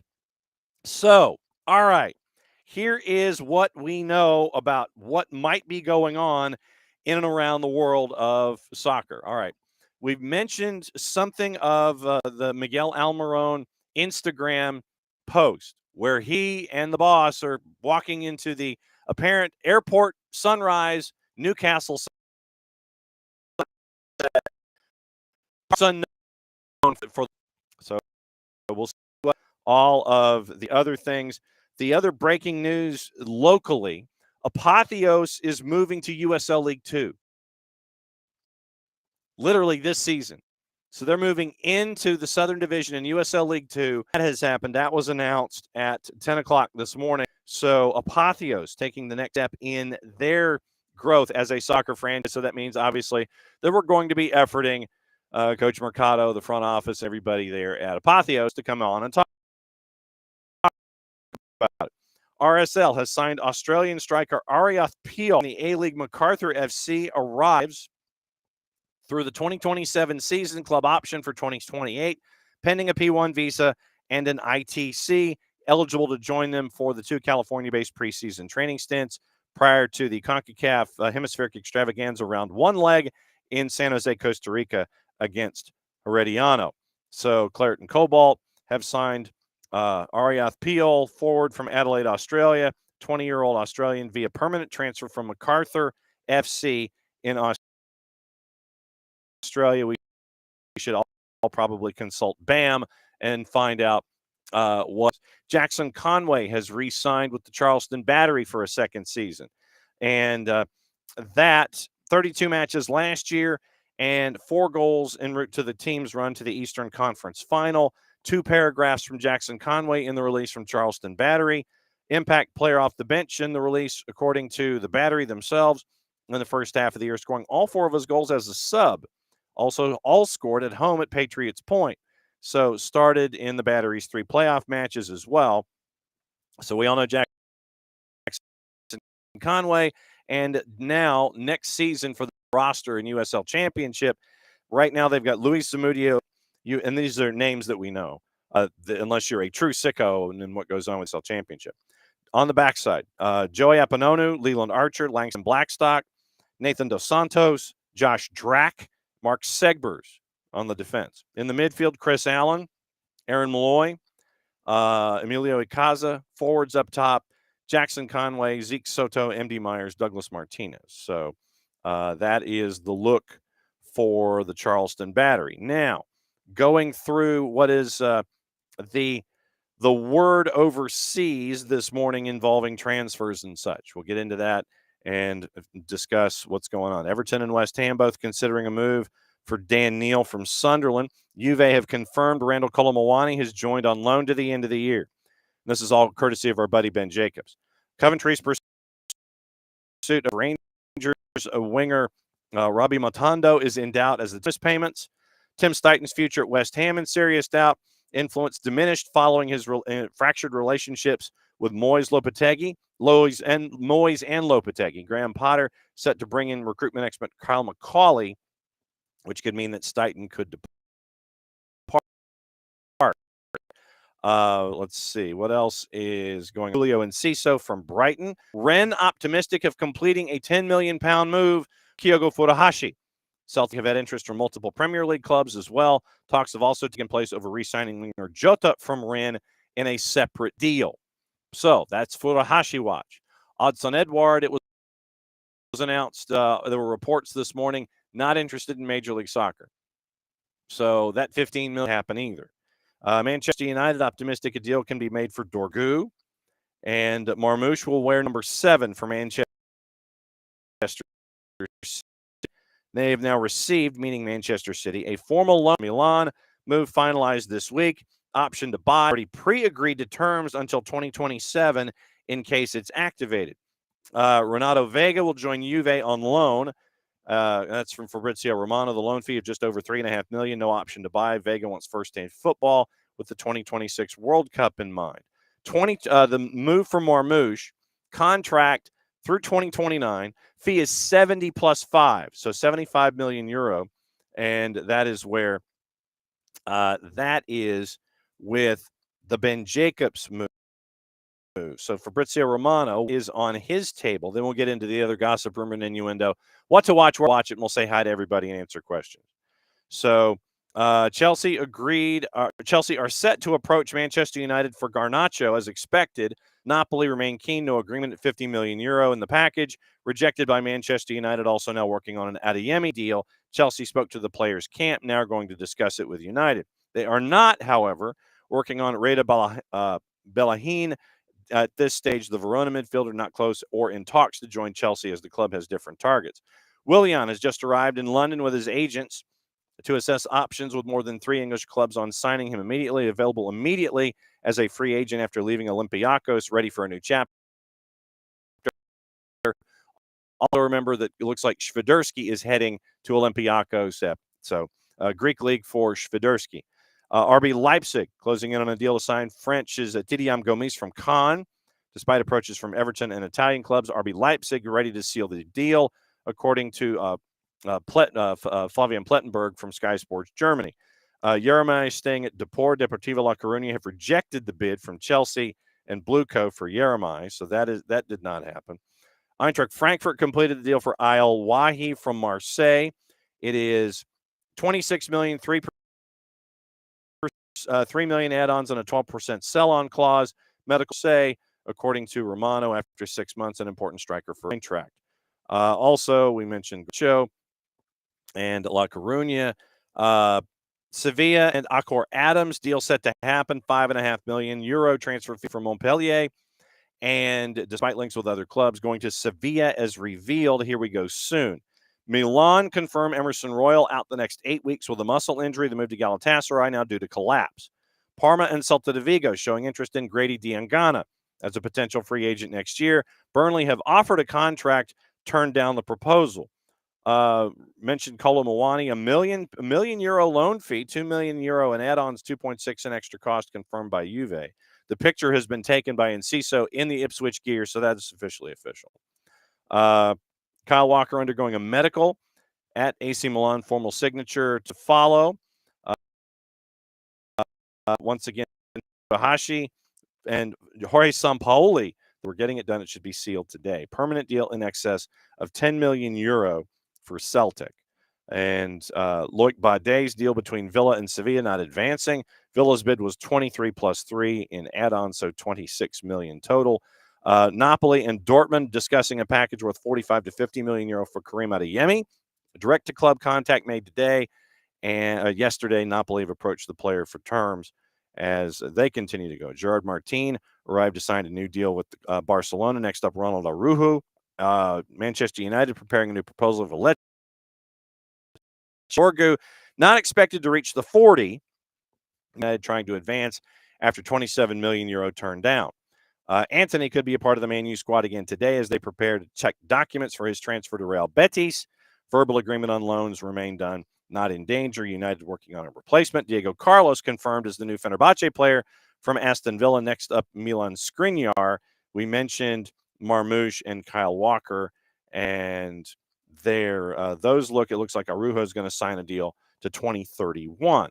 All right, so Huntsville City Football Club has signed defender Blake Bowen, 24-year-old, comes after 2 years with Tacoma Defiance. All right. So other gossip, rumor, and innuendo, but just to get you up to date on Major League Soccer, then I'll say hi to everybody, I promise.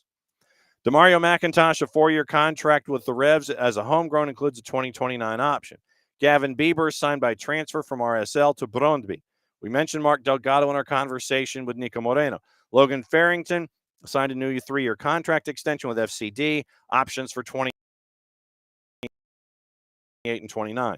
Stas Lapkus, who we know from his time with Columbus Crew 2, deal with Columbus via the homegrown, includes options for 28 and 29. Ryan Merritt retires from professional soccer. We know him from Red Bulls. Robert Turdian signed a 4-year deal with the Chicago Fire via homegrown, includes options for 29 and 30. Igor Jesus signed as a U22 transfer from Portuguese side Estrela Amadora. He signed a 4-year deal with LAFC. Rafa Cabral signs with RSL. Net 27 and 28 options. Signed a 3-year deal with the Fire via DP transfer. Celta de Vigo includes a 2028 option. Besard Sabovic signed with Austin on a 3-year deal after being traded from New York City FC for $50,000.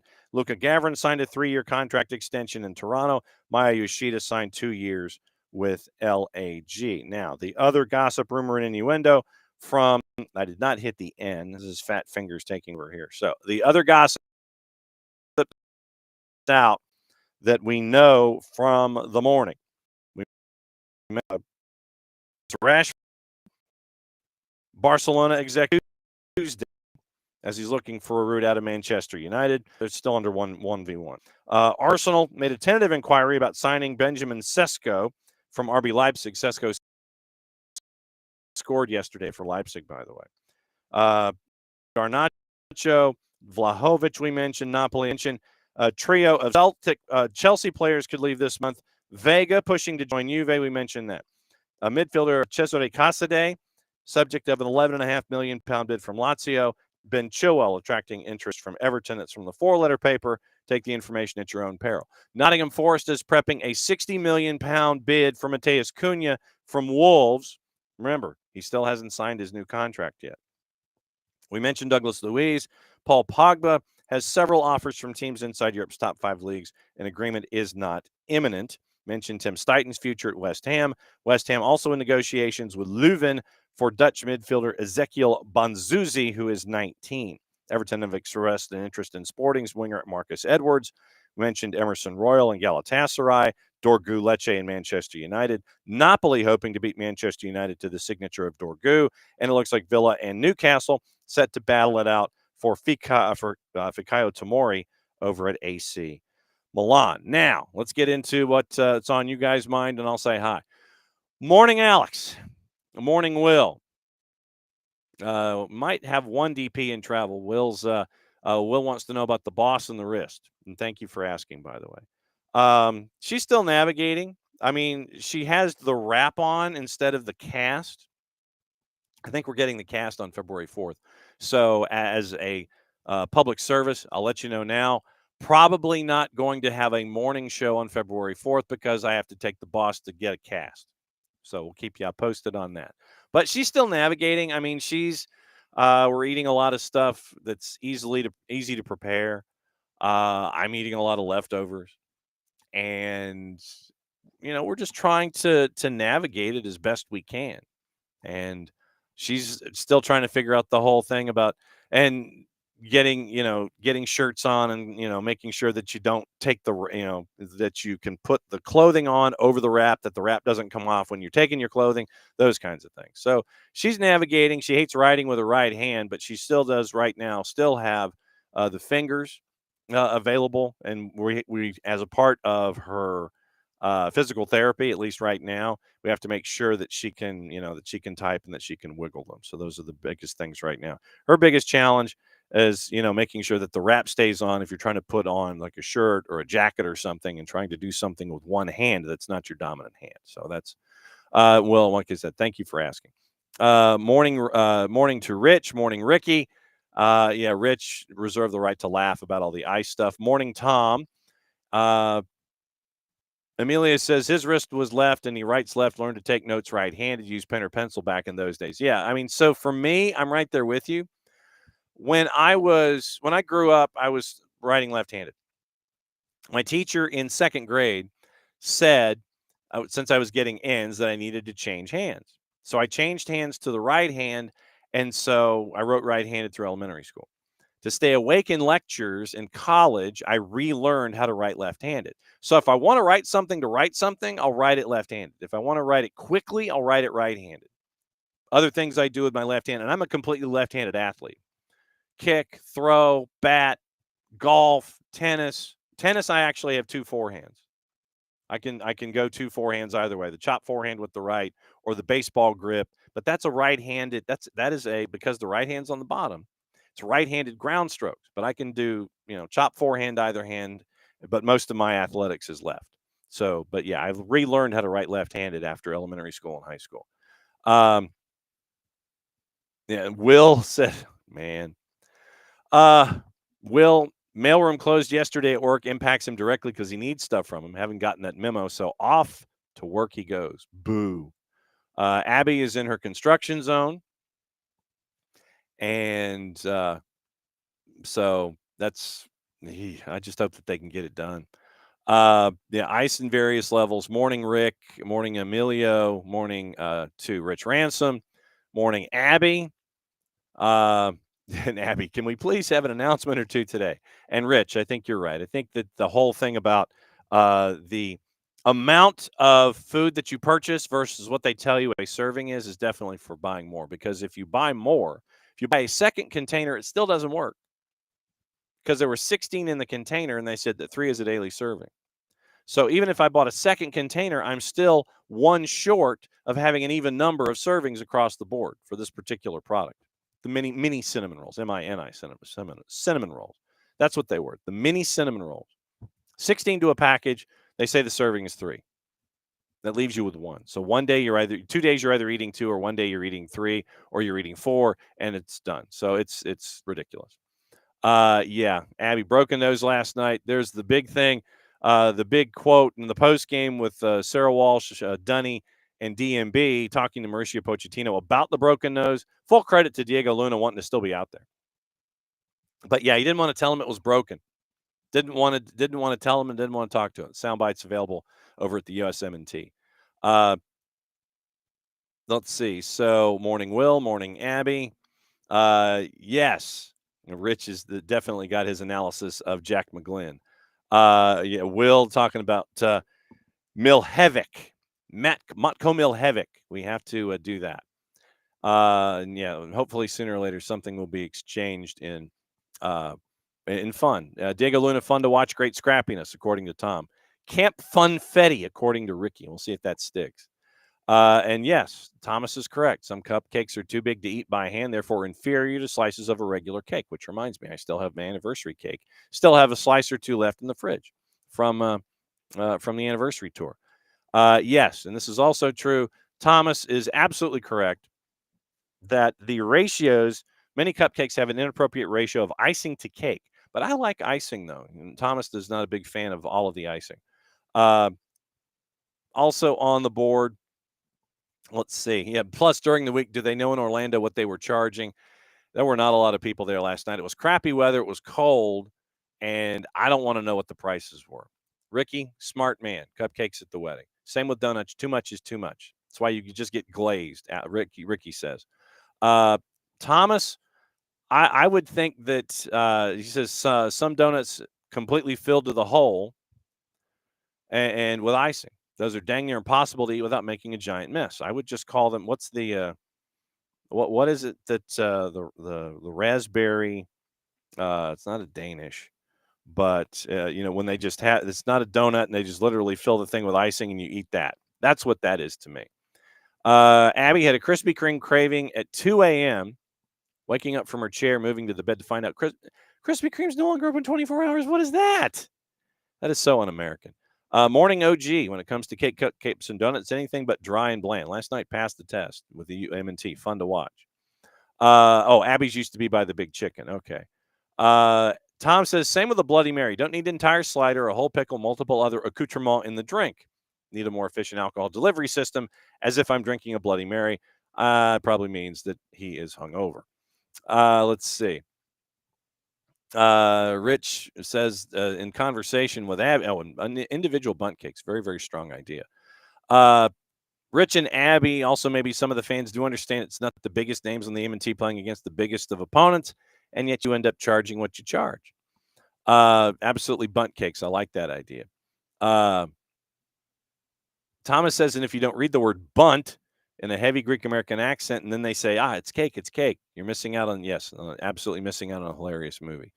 Yeah, Abby hasn't, listen, Full House, absolutely true. Yes, when Jason came in, there were 4 of us, and it was great. Big Bunt has gotten some of you. Yes, Big Bunt. I wish. Really? Where was everybody else? How long? Oh, Abby. Yes, it took more than 3 hours. And remember, they didn't get the plane. They didn't even get They didn't even get to leave town. It was more than 3 hours for TSA. So we'll probably bring that up in Birmingham, or the next time that we talk and have this kind of a setting. We will definitely talk to Maddie about TSA. Morning, Rich. Yes, Rich Smith, Jarrett casting shade, hiding behind a dark screen. That's what he always does. He always does that. Alex says, Jason, think what you and Maddie did yesterday for people. Yeah, it was a great idea. Wish it could have happened. Let's see. And maybe Atlanta United needs to sign Milhevic. And then we got into the chunky discussion of soccer players. But chunky, stocky. Yeah, I mean, if Mike Allstott had played soccer, just think of what he would have been. Ricky wanted the experiment of Neymar being coached by Greg. It would have been a fun watch. And Abby's tired of everybody going platinum blonde. And this is the thing. This is the thing about all the platinum blondes. You start to get them confused out there. You really do. You would have had John Tolkien, but I think the only thing that would have set John Tolkien apart would have been the flock of his hair. That would have been the flock of, literally, I think that would have been the only thing that would have done in setting him apart from everybody else. So, like I said, I'm trying to extrapolate, but I think that it's difficult for announcers in that situation where everybody's got blonde hair. If you know the team, then you're okay. But if it's a team that you don't know all that well and they're all, have the same hairstyle, then it's a bit of an issue. So no, that's pretty square. And Abby, I think that you're spot on. That MLS should hand out more yellows for dives, since we got into the McGlynn discussion about him this morning. Yeah, describing Diego Luna's nose. Broken. River of blood and raining frogs. Anthony, thanks for dropping by this morning. Thank you for your question, and I hope it helped. So Thomas, Geordie Boot Boys. I did not have the chance to look at this. So Geordie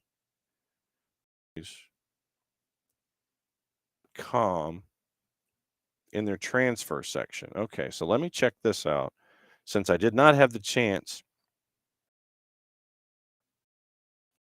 to piece of information about Miggy. So Atlanta gestured to Newcastle. Okay, bagging around $10 million. Recent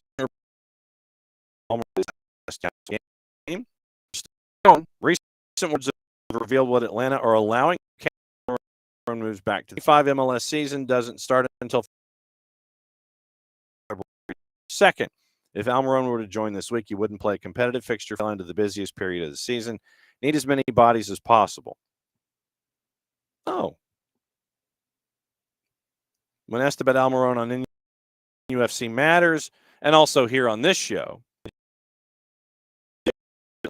are prepared to wait till the end of the transfer window to sign him because Newcastle needs.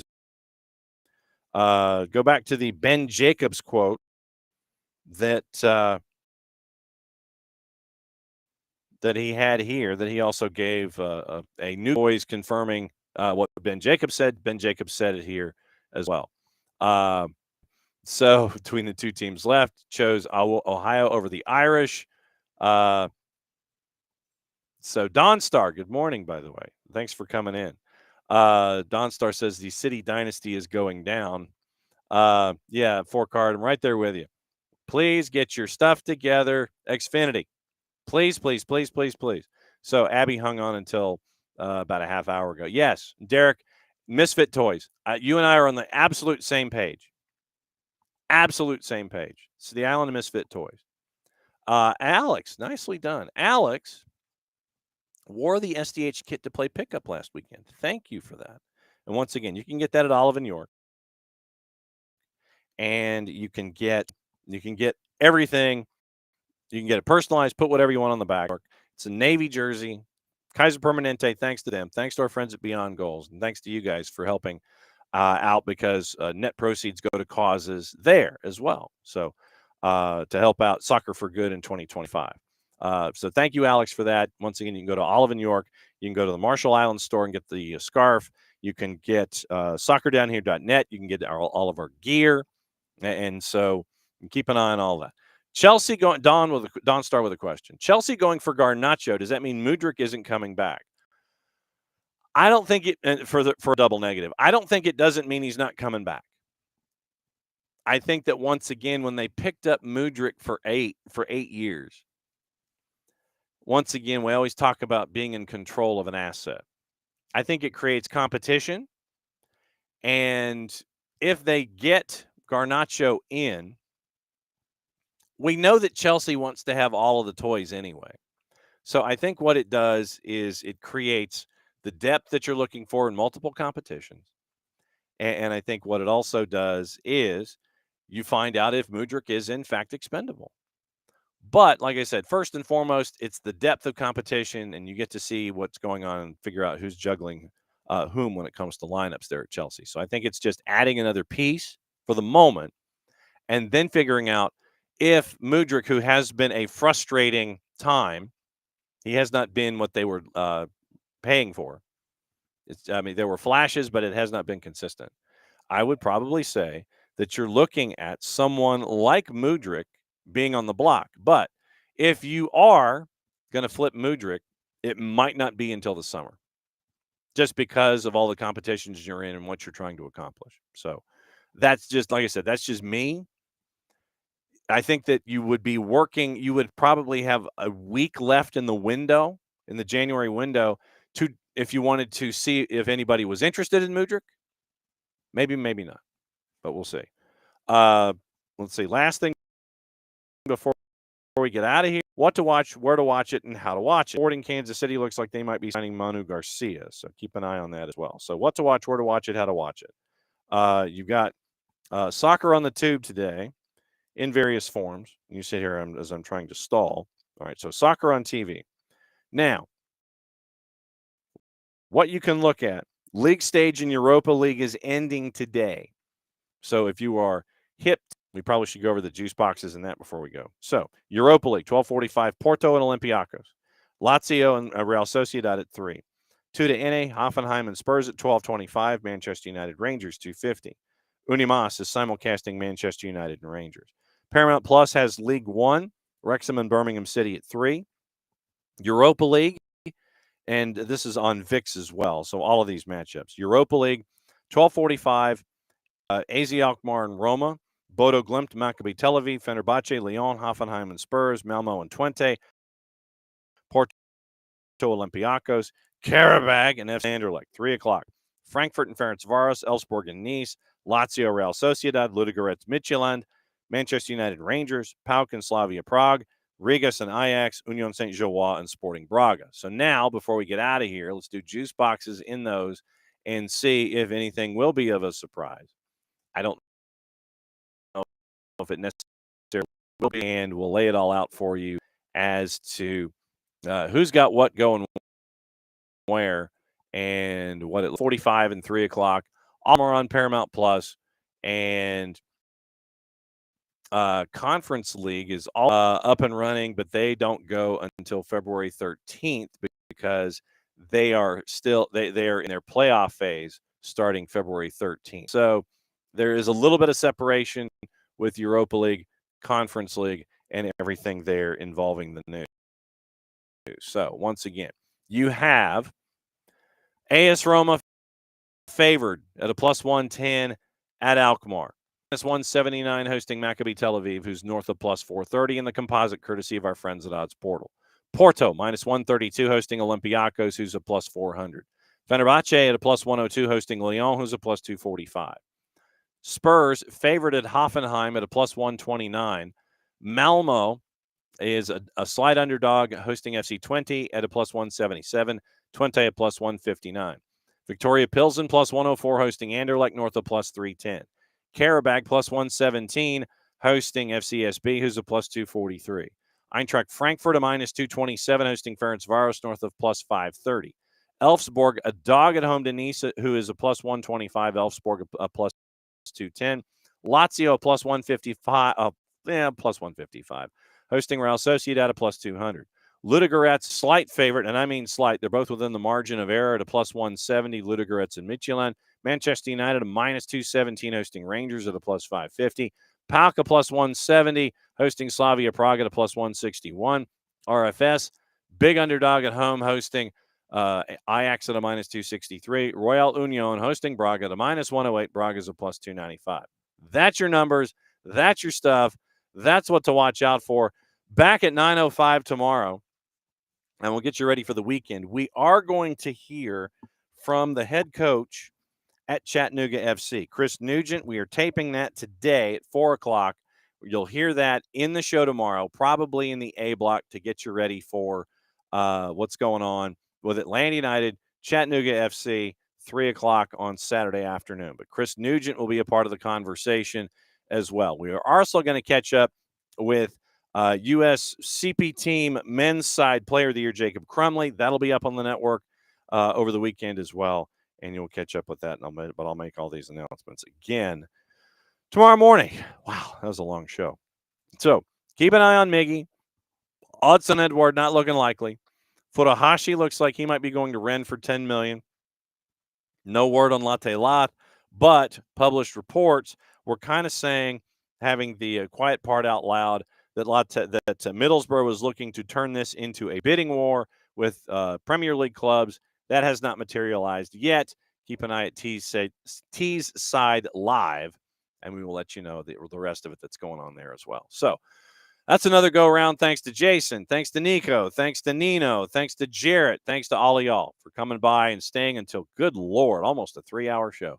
2 hours and 40 minutes because we had a lot of stuff to go on here on your Thursday. Back at it again on Friday. I'm probably not going to say about 3 words between now and then. And since it is the end of the show, mucho plati, y'all played safe. That means we get to do this. We'll do it again tomorrow morning, 9:05. Play it safe, everybody. See you then.